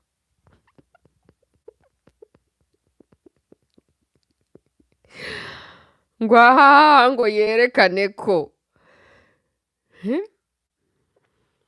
hari sheda ati mureke ivangura, twese turi abavandimwe, twese turi abava imwe ku Mana. Abo wabwira kureka ivangura dore ni abangaba. Abo wabwira kureka ivangura ni abangaba barimo baroga abana b'Abanyarwanda, bababwira ngo hishwe nde, ngo hishwe abatutsi, ngo ninde wabishe, ngo ni abahutu. Batabashaka kubabwira amateka nyamateka, avuga impande zose, arimo nuance zose, avuga neza ko inkotanyi zateye muri 90 zaje zica abantu aho zaciye hose, zamaze abantu, zisha abahutu, zisha abatutsi, zisha abaperezida kugira ngo ziprovoke jenoside. Zirangije kugera uyu munsi ziracica n'abacikacumu barokotse iyo jenoside. Rero ivangura ni Kagamistan uyirifite, ni nawe ufite gahunda yo kwigisha abana mu ishuri, bashyira icyaha ku bwoko bumwe, ku bwoko bwose. Dore iri ni ryo vangura, kandi bakibeshya ngo ubu nta muhutu nta mututsi, ngo ubu ngo twese ngo turi bamwe. Urumva ibi bintu bari gukora aba bana, bari kwigisha aba bana, iri ni ryo vangura nyarya vangura. Uyu rero waje hano kwivugishwa ngo mureke ivangura, wrong number bro. Genda ubibwire Kagamistan n'abacakara bayo, kuko dore nibo bari muri ziriya gahunda. Muri kutubona se twebwe turi muri izo gahunda? No.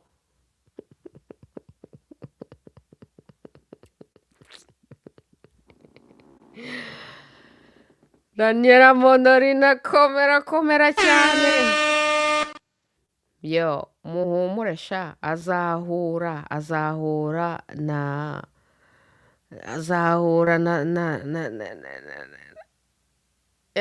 azahura na karma ye.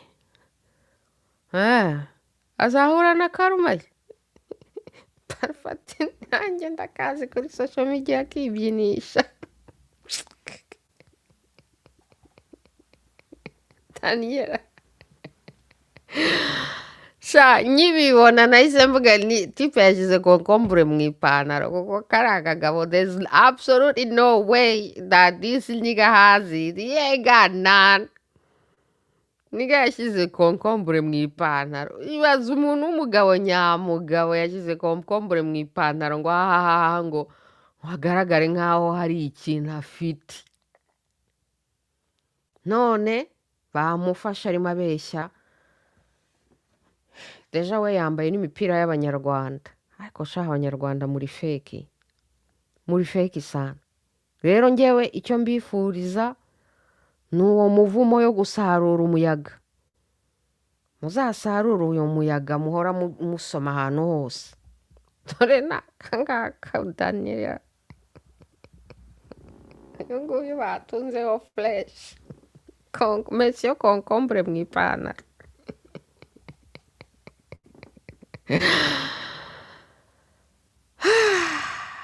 Sha murakoze cyane. Mu kanya nari ndi no muri space y'abakongore vraiment twagize ibihe byiza, ndanabashimira cyane. Rero nkomeje kubashimira, ndashimira cyane abantu b'imfura nka ba Symphorien Pombe, ba Bea Linus, Tuyi Antoinette, kabisa muradufasha kandi Imana ikomeze ibahe isubizaho mukura ubudashira kabisa. Merci infiniment Symphorien Pombe, que Imana vous donne infiniment.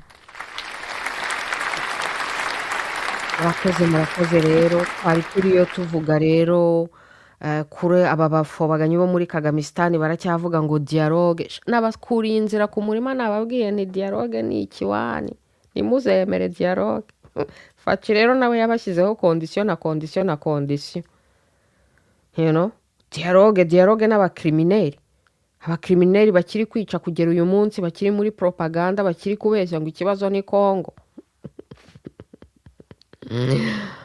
Dore wa mujene ngo abanyarwanda ubu turiyunze turakundana. Iyo muba mwiyunze mukundana ntago muba mukeneye kubitubwira, twebwe ubwacu tuba tubyibonera. Urumva se, iyo abantu biyunze bakundana ntago ari ibintu baba bakeneye kuririmba. Nkwereka abantu biyunze se kandi bakundana, reka nkwereka abantu biyunze bakundana. Dore ni nk'aba bongereza bamanutse mu mahoro no mu munezero, miliyoni.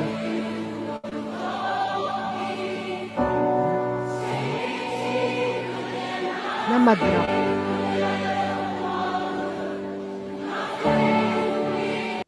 baririmba indirimbo z'Imana, babwira abapolitisiye babo bati mwebwe mushaka kuduhindura abacakara turabyanze.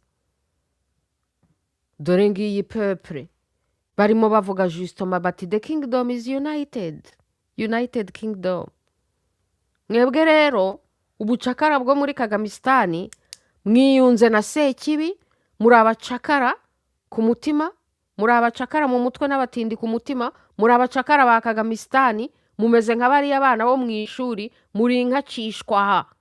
Mwarimu araza akababwira ibyo mugomba gusubiramo, akababwira, ntago mutekereza, ntimubaza, ntimusoma, nta kintu na kimwe mu questioninga mwebwe ku giti cyanyu, muri inka. Bakababwira ngo ngo ubu rero ngo twariyunze, ni bande bapfuye, ni bande bishe, ni bande bishwe, ngo ubu rero turi abanyarwanda twabiyunze. Mugapfa kubisubiramo gutyo gusa. Fake unity, fake reconciliation, kuko iri baze kuri propagande, ku binyoma. Ibyo kutubwira rero ngo mwariyunze murakundana, dore ngibi byo abigisha gusubiramo, mumeze nk'amaperoke. Ibyo ni ibyo kuza gusubiramo nk'ibi ngibi by'aba bana.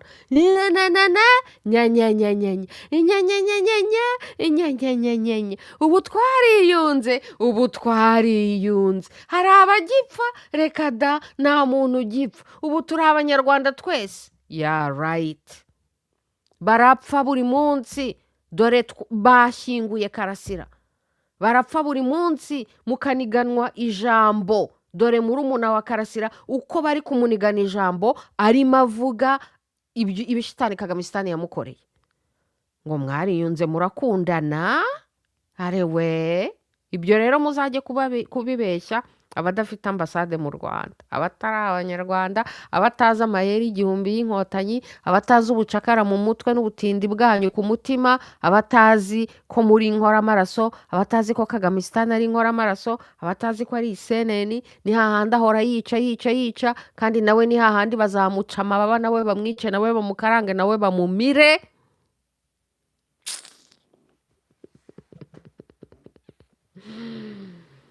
Merci Symphorien Pombe, merci infiniment. Merci. Merci. Dore ariko uyu muntu ashobora disi kuba afobagana disi pole sana ngo ariko uru Rwanda mugirira gavumenti iturukahe. Gavumenti se dushinzwe kuyikunda? Ninde wababwiye ko mushinzwe gukunda guverinoma? Guverinoma ni abakozi bacu, baradukorera. Umukozi ashinzwe gukora akazi ke, akubaha amategeko, akagakora neza. Manda yarangira, kontra yarangira, agataha iwe. Ntago dushinzwe kubakunda, ntago dushinzwe kubasingiza. U Rwanda ni igihugu cyacu, ni twebwe abanyagihugu, ni twebwe ba boss. Niba rero dufite umunyepolitike, ni umukozi wacu, aradukorera, agomba kudukorera akazi keza. Atagakora, dufite uburenganzira bwo kumwirukana, dufite uburenganzira bwo kumukritika, dufite uburenganzira bwo kumwamagana. N'umukozi wacu.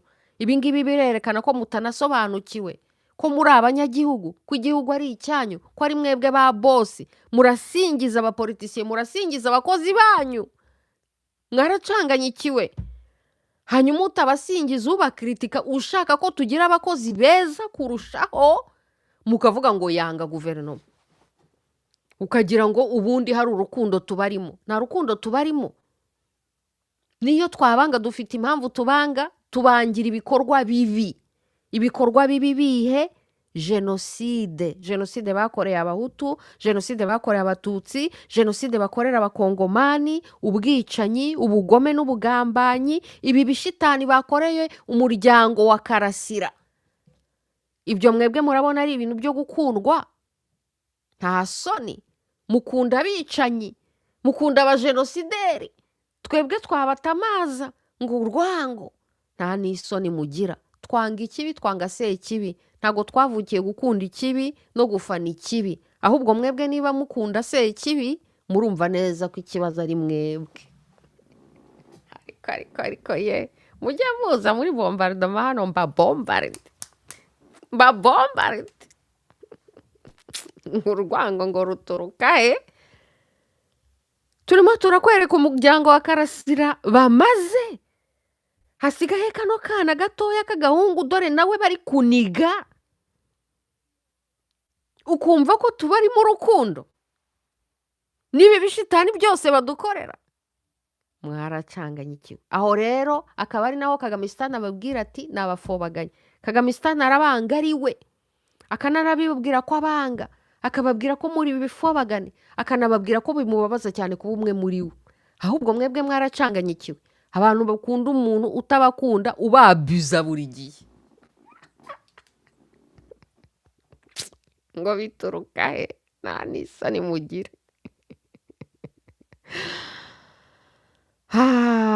Merci, Symphorien Pombe, merci, Bea, oh, ndombolo ya solo, eye, mukulu. Oh, j'adore trop la musique congolaise. Non, mais la musique congolaise apporte la joie. La musique congolaise, c'est une musique de civilisé. Fali Poupa, Stade de France. Vous avez vu? Si. Un Rwandais même qui va remplir une salle de 200 personnes, c'est qui? Il n'y a que Corneille qui est devenu une superstar. Et même lui, toute sa famille a été exterminée par le Kagamistan. Et puis les Rwandais sont là, mais pourquoi vous détestez le gouvernement? Comme si on leur doit de l'amour. Chi!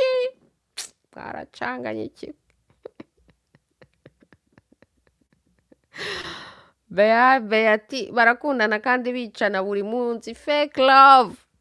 Nicyo bazi. Hari ikintu se genuine bajya bagira. Merci la famille. Merci. Symphorien Pombe ati hakenewe kwicwa bangahe kugira ngo occupation ya Kagamistan irangire muri Grand Lac. Hega Grand Lac yose igomba kwibohora. Bea ati peroke. Abana b'Abanyarwanda bahindutse peroke mu ishuri. None n'abandi nabo bakaza hano kongera gusubiramo ibintu by'ubuperoke babigishije mu ishuri batigeze batekerezaho na rimwe, baza gusubiramo ahantu hose kurepeta ku mbuga zose.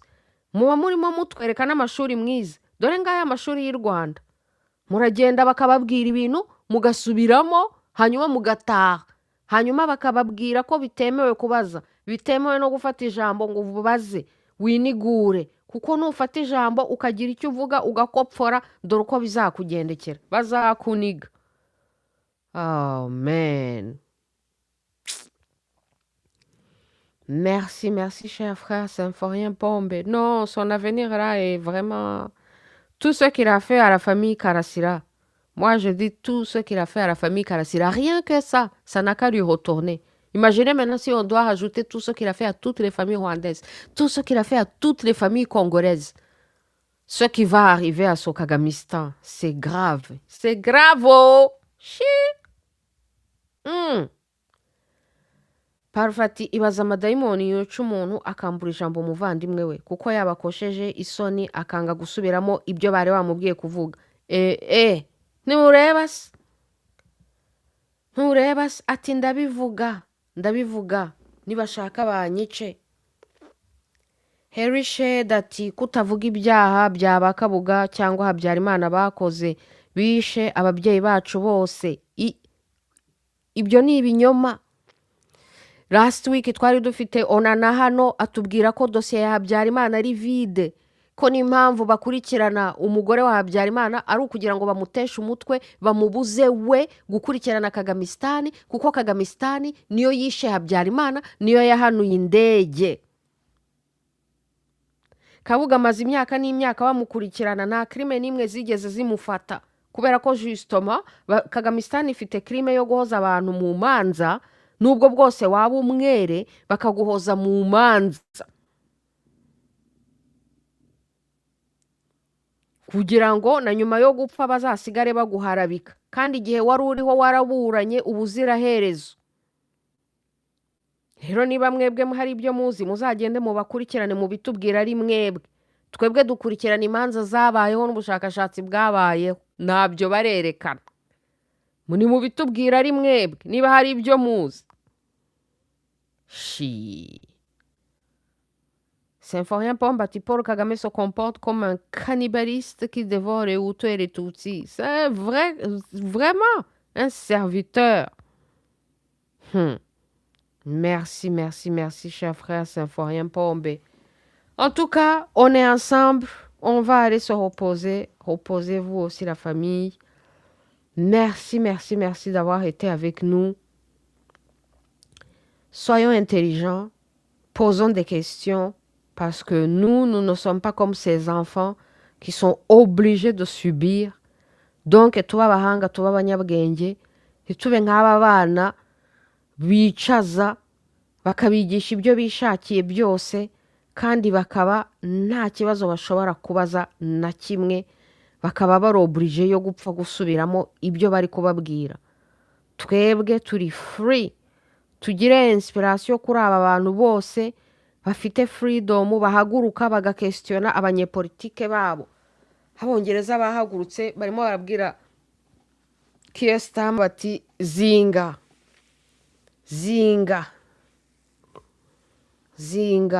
karago ugende, turakwirukanye. Dore abongereza bazi uruhare rwabo muri politike, barabizi neza ko abanyepolitike ari abakozi babo. Barahaguruka bakabirukana bakababwira ko batabashaka. Murumva se? Ureke rero abacakara babereyeho gusingiza za guverinoma zabo kugeza naho umuntu w'umunyakuri azira ukuri. Richard ngo naba witness y'ibyabaye, ngo ntukavuga ibyo ntazi. Ibyo ntazi se ni ibihe? Nta wigeze ababuza mwebwe kuvuga ibyo muri aba witness. Imanza zarabaye, zarusha zarabaye, abo bantu mwita abahutu barakurikiranwe isi yose, imanza nyinshi cyane barahanwe, ni Rwanda barahanwe, prizo ziruzuye, n'abataragize icyaha na kimwe bakora barahanwe bazira ubwoko tout simplement, bakamufungira icyo.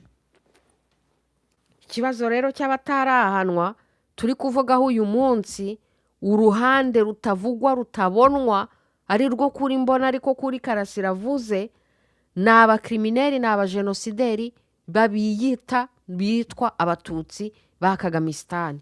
Aho niho ikibazo kiri. Genocide yakorewe abatutsi ikozwe n'abatutsi itavugwa igikomeje kurimbura abantu, irimbuye umuryango wa Karasira. Kagamistan irimbuye umuryango wa Karasira. Aho niho ikibazo kiri. Aho niho ikibazo kiri. My people, murakoze rero, Imana ikomeze ibamenye muri byose, tuba intwari, tuvuga ukuri, n'uburenganzira duhabwa n'ubumana bwacu, ni ngenga bitekerezo ni filozofi, ni n'ububasha n'ubushobozi, ni sagesse n'ubwenge n'ubuhanga n'abasekuruza bacu badusigiye bavuga bati aho kunigwa n'ijambo wanigwa n'uwuri bwiye n'umusaza arasara akagwa ku ijambo. Tuba intwari. Murumuna wa Karasira yabaye intwari. Karasira yabayeho ari intwari. Murumuna wa Karasira ati ndabivuga nimushaka nanjye munyice. Niba rero n'umuntu bita umusazi utari muzima mu mutwe ari capable yo kugira ubu butwari, mwebwe muri bazima kuki mubi bifobagana?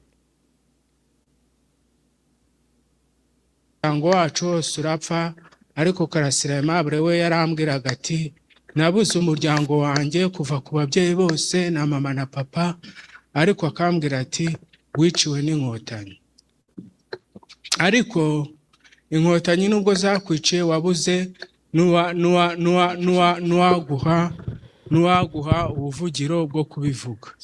Nge rero ndabivuga nibashaka nanjye bazanyica. Dore ngizi inkotanyi zarababohoye. Dore nguko kwibohora kw'inkotanyi. Zaje kubohora nde? Umuryango wa Karasira zirawumaze kandi ngo zaraje kuwubohora. Hanyuma mukivugishwa ngo Jarike Habyarimana. Ku ngoma ya Habyarimana niho umuryango wa Karasira wari umeze neza.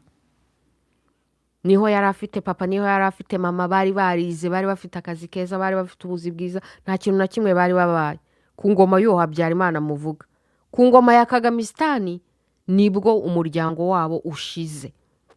Hanyuma ukivugishwa ngo ubwo surashaka ko Jarike Habyarimana simbura Kagame akaba perezida. Jarike Habyarimana ni umunyarwanda nk'abandi bose, kandi ntabwo ari umukrimineri, nta crime nimwe muri ku mutwe. Niba ashaka kuba perezida, afite uburenganzira bwo kubishaka, afite uburenganzira bwo kubiharanira, afite uburenganzira bwo kuzakwiyamamazaho. Urumva se? Hanyuma yabishobora yabitsindira. Niki se cyabimubuza yabishoboye yabitsindiye? Ese muba mwivugishwa ibiki? Kagame se ni iki? Kagame n'umukrimineri n'umujenosideri. Niba mwanga abajenosideri mwagombye kuba mu protesta mu boycota Kagame kuko n'umujenosideri. Jarike Habyarimana nta crime nimwe arakora. Mukagirana ikibazo na Jarike Habyarimana wiciwe se kugira ngo Kagamistan afate u Rwanda aciye mu muvu w'amaraso. Mukagirana ikibazo na Jarike Habyarimana ariko ntimugirane ikibazo na Kagamistan. Ese iyo murimo mwikoma abana ba Habyarimana, iyo murimo mwikoma abana ba Habyarimana muba mwibagiwe ko na Kagamistan nawe yabyaye. Ni ibiki muba mwifuriza abana ba Kagame muri urwo Rwanda rw'ejo? Murimo mwumva abana ba Kagame muri urwo Rwanda rw'ejo bagomba kuzabazwa ibyaha bya Kagamistan? Abana ba Kagame ikibazo nuko bo nabo bafite ibyo bazabazwa. Kubera iki? Kubera ko Kagamistan yabashyize muri guverinoma bose. Banje Kagame n'umugabo we n'abashiki be n'abasaza be bose bari muri guverinoma. Bo bafite ibyo bazabazwa. Uyu Jarike Habyarimana nta guverinoma yigeze ajyamo. Ariko abafobaganye mwaracanganyikiwe. Ibi byose bimwe muri kwivugishwa. Eske muri randa konte ko ejo n'ejo bundi bucya bwitwa ejo?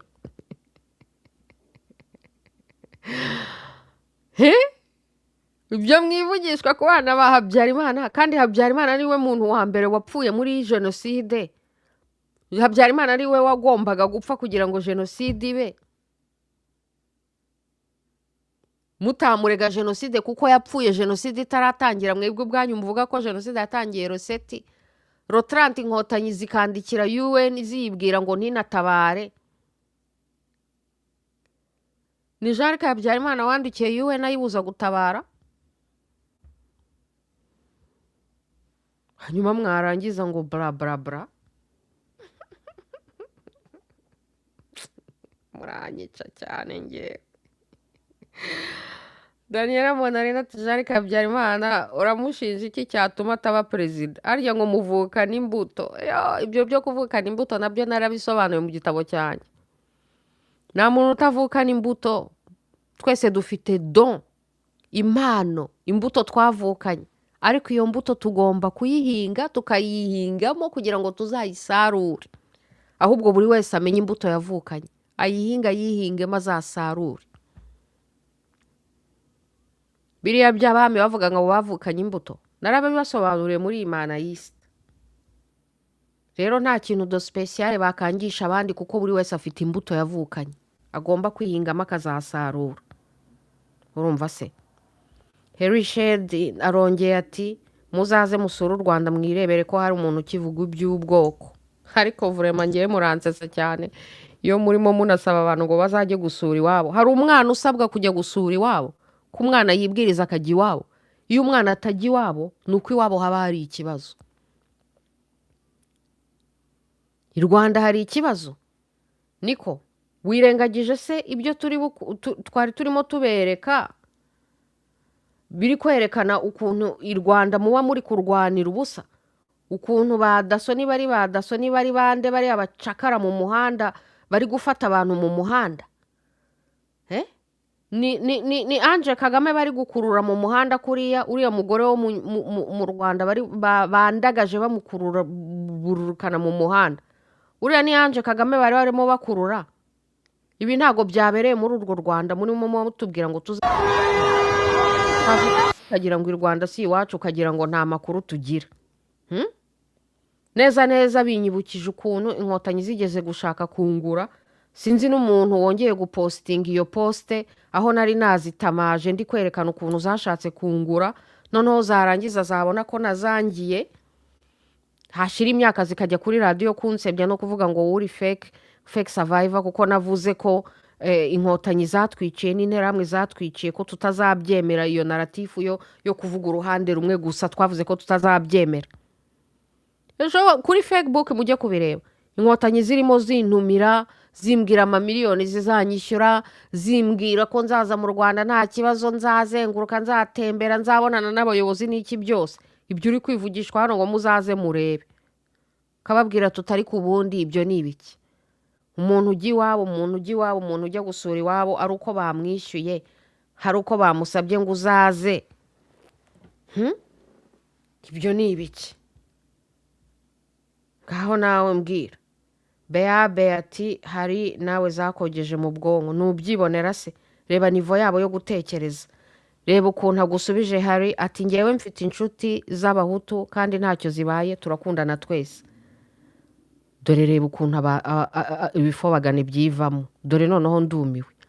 Niko muri ya video bari barimo babeshya abana, ntibari barimo babwira abana ngo ubwoko ntibukibaho mu Rwanda. Bari barimo babwira abana ngo ubwoko ntibukibaho mu Rwanda. Ngo ubu uyu munsi ngo bose babayeho ngo nta mutu nta mututsi. None dore umufobaganye hano washatse kutwemeza ibyo twemeza, aje hano kutubwira ngo we ngo afite inshuti z'abahutu ngo kandi ntacyo zibaye ngo barakundana bose. Ufite inshuti z'abahutu donc urabizi ko ari abahutu. Donc mu Rwanda haracyariho abahutu n'abatutsi.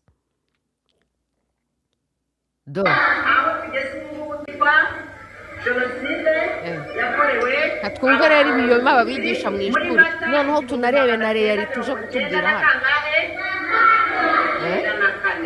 Abisha abandi ni bande? Abahutu bishiki, aha hari ukica undi hari ukica undi mu gihe bamaze kumara umuryango wa Karasira byose abana batireka da. hari umuntu uzi ubwoko bwe Hari umuntu uzi ubwoko bwe.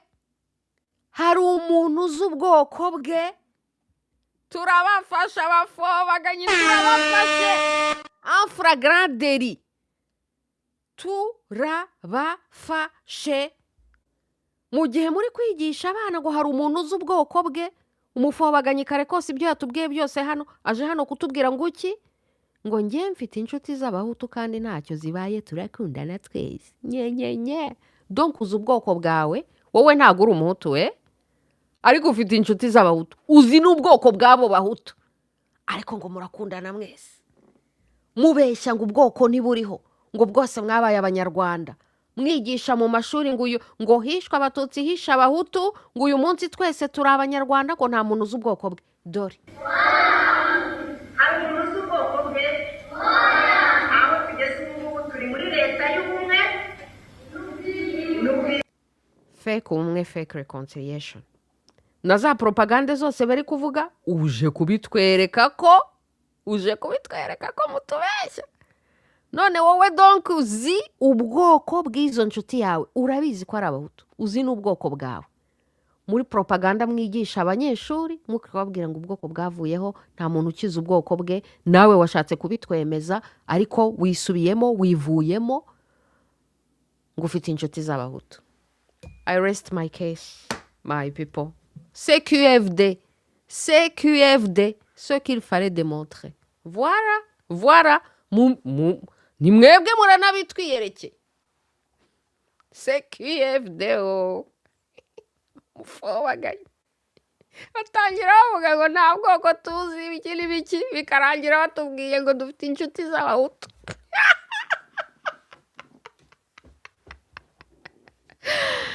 Sha, ngiye kuguseka uzuye. Ngiye kuguseka yebawe we. Ariko murabibona ukuntu iyo umuntu abombariza yakoze bombardement intellectuel bageraho bo ubwabo bagacanganyikirwa. Mwabonye utuntu twose yazanye hano, namukore bombardement intellectuel bigeze aho yivuyemo noneho muri kwa kwivamo kwe atweretse ko ibyo bari kuvuga byose ari bullshit. Ati ngo afite inshuti z'abahutu. Bea bwira.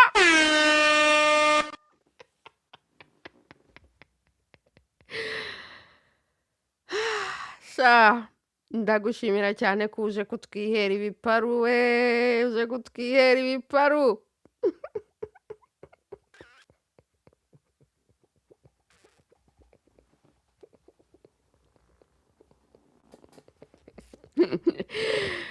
Urakoze kweza kutwihera ibiparu. Bea ati gakundane n'ibiserebanya nk'amasazi. Ngo azi ubwoko bwe ngo kuko atari umwana ngo ni umuresikape. Warokotse iki? Karasira ntago yari umuresikape.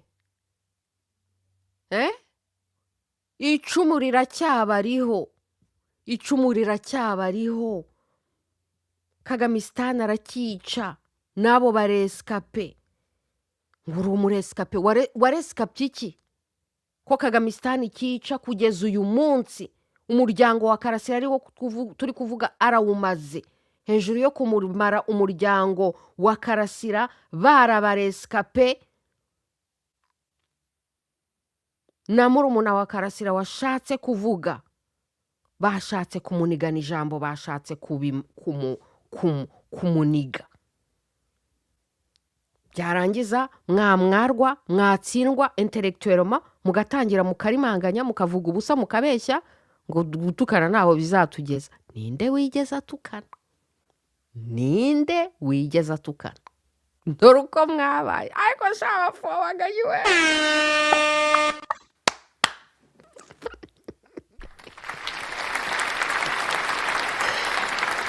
Pole sana, namwe simwe sha.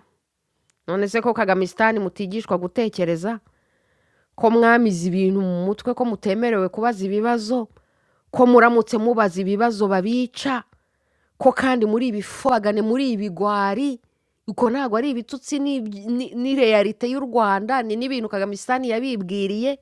Niba mudakunda abatukana kuki mutabibwira hanko kaga wa Kagamistan ko ntawe umurusha gutukana?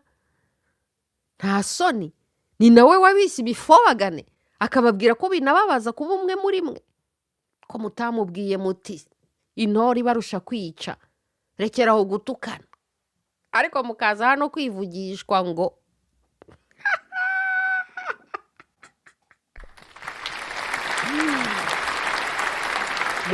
hamwe musarure umusaruro w'uko kuntu mwigize impumyi abarescapa bacika cumu mwigize impumyi.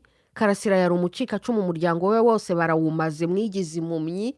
Muracyafana abajenosideri biyita abatutsi, bamaze abatutsi, muracyabafana mukiyita abarescape. Ibivume mugisingiza leta y'inkora amaraso, hanyuma mukarimanganya gusa.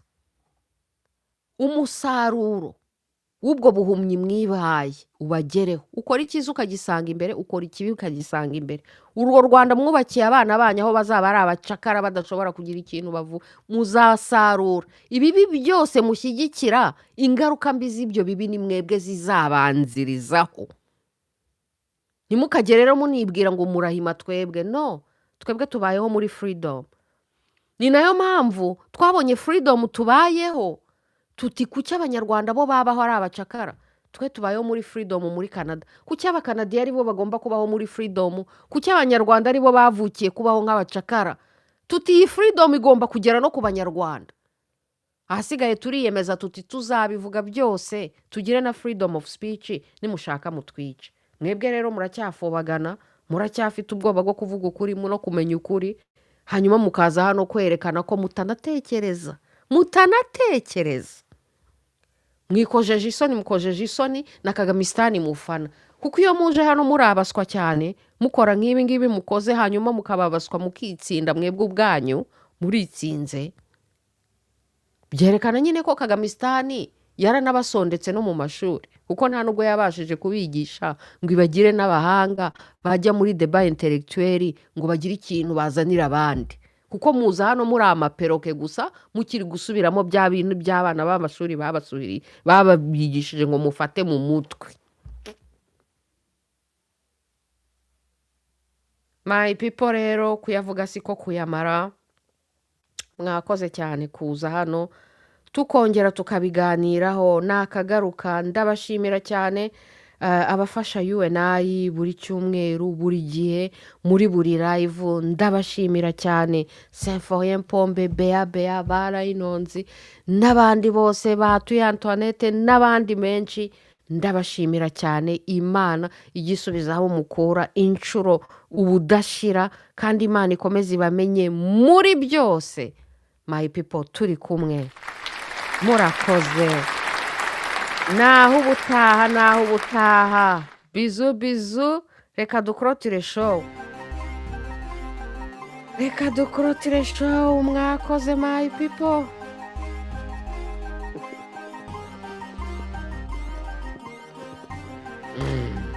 Dore umufobaganye hano akaba n'umushinyaguzi. Ngo show proof ko ari Kagame. Proof z'uko ari Kagame wishe Karasira. Karasira yarafunzwe na leta, yashoboraga kuburana ataha iwabo, apfiriye mu maboko ya leta. Ni leta imwishe. Indege Habyarimana yahanuwe na Kagame. Ibyo byonana yabyanditsemo igitabo, tumaze kubikoraho ikiganiro, muzajye kubireba. Habayeho enquête. Byo kwivugishwa proof rero uko mutazizi ntago bivuga ko ari zitabaho, cyangwa kuko mudashaka kuzimenya, kuko mudashaka kuzibona, ntago ari byo bivuga ko bitabaho. Proof se nizo zabuze. Ariko muranze, ariko shafobaganye pole sana. Mbega guseba, mbega gutsindwa. Biragaragara ko mutazi ikintu cya anything intellectual. Tete vide gusa. Kandi ntushobora kuba umufana w'abicanyi, umufana w'abajenosideri, umufana w'inkotanyi, interahamwe, abajenosideri b'abatutsi, hanyuma ngo uzaba umunyabwenge. Kuba umunyabwenge bisaba ko niba koko ubabajwe n'ubwicanyi uzamagana abajenosideri bita abahutu, wamagana n'abajenosideri bita abatutsi. Kwamagana abajenosideri b'abahutu gusa ni ubugori, ni tribalism, ni ubushitanisme. Kuko mutamagana abajenosideri b'abahutu gusa, abajenosideri b'abatutsi bo baracyamara abantu. Tugomba rero kurekeraho, baba ari abajenosideri b'abahutu, baba ari abajenosideri b'abatutsi, tugomba kubavuga. Kandi nk'uko murumuna wa Karasira yavuze, tuzabivuga, tuzavuga ukuri, ikibyimbye kimeneke. Mushaka mutwice, kuko ni hahandi namwe muzapfa.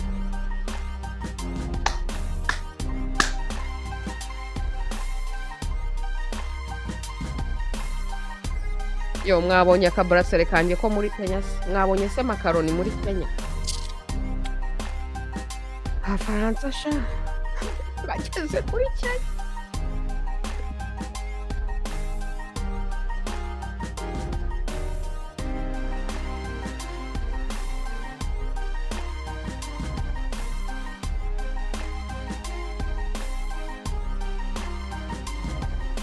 Naho utaha my people, turi kumwe. Bombardement intellectuel nta bindi. Sha makaroni cyakoze Ubufaransa bwagiye gupfira muri Kenya, kuko abanyakenya bo nta mishinyiko bamuserereje. Posting ibintu byinshi cyane kuri X, sinzi niba ndi bupfengeze no kuri party aho na posting iby'abanyakenya, kuko termake maze guposting ibindi byinshi kuva na posting iby'abanyakenya.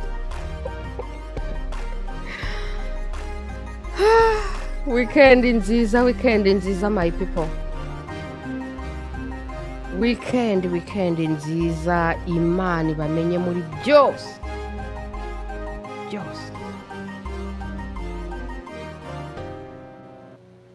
Bizu.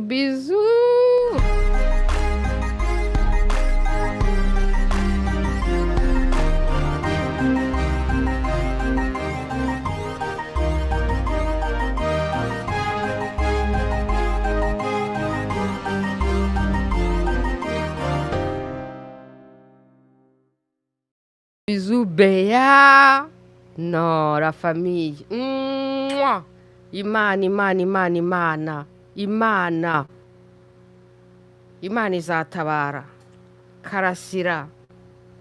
Karasira uzaramba. Izina ni ryo muntu. Azaramba kubera iki? Azahora mu mitima yacu. Azahora mu mitima yacu. Urumva se? Azaramba. Kagamistan nta muntu uzamukumbura. Nta muntu uzamukumbura. Bizu. Turi kumwe o. Suivre nawe ubutaha. Na ejo muri edifisi mu KinyaRwanda gusa. Turi kuvuga ibyo badashaka ko tuvuga, ikibyimbye kimeneke kivurwe. Imana.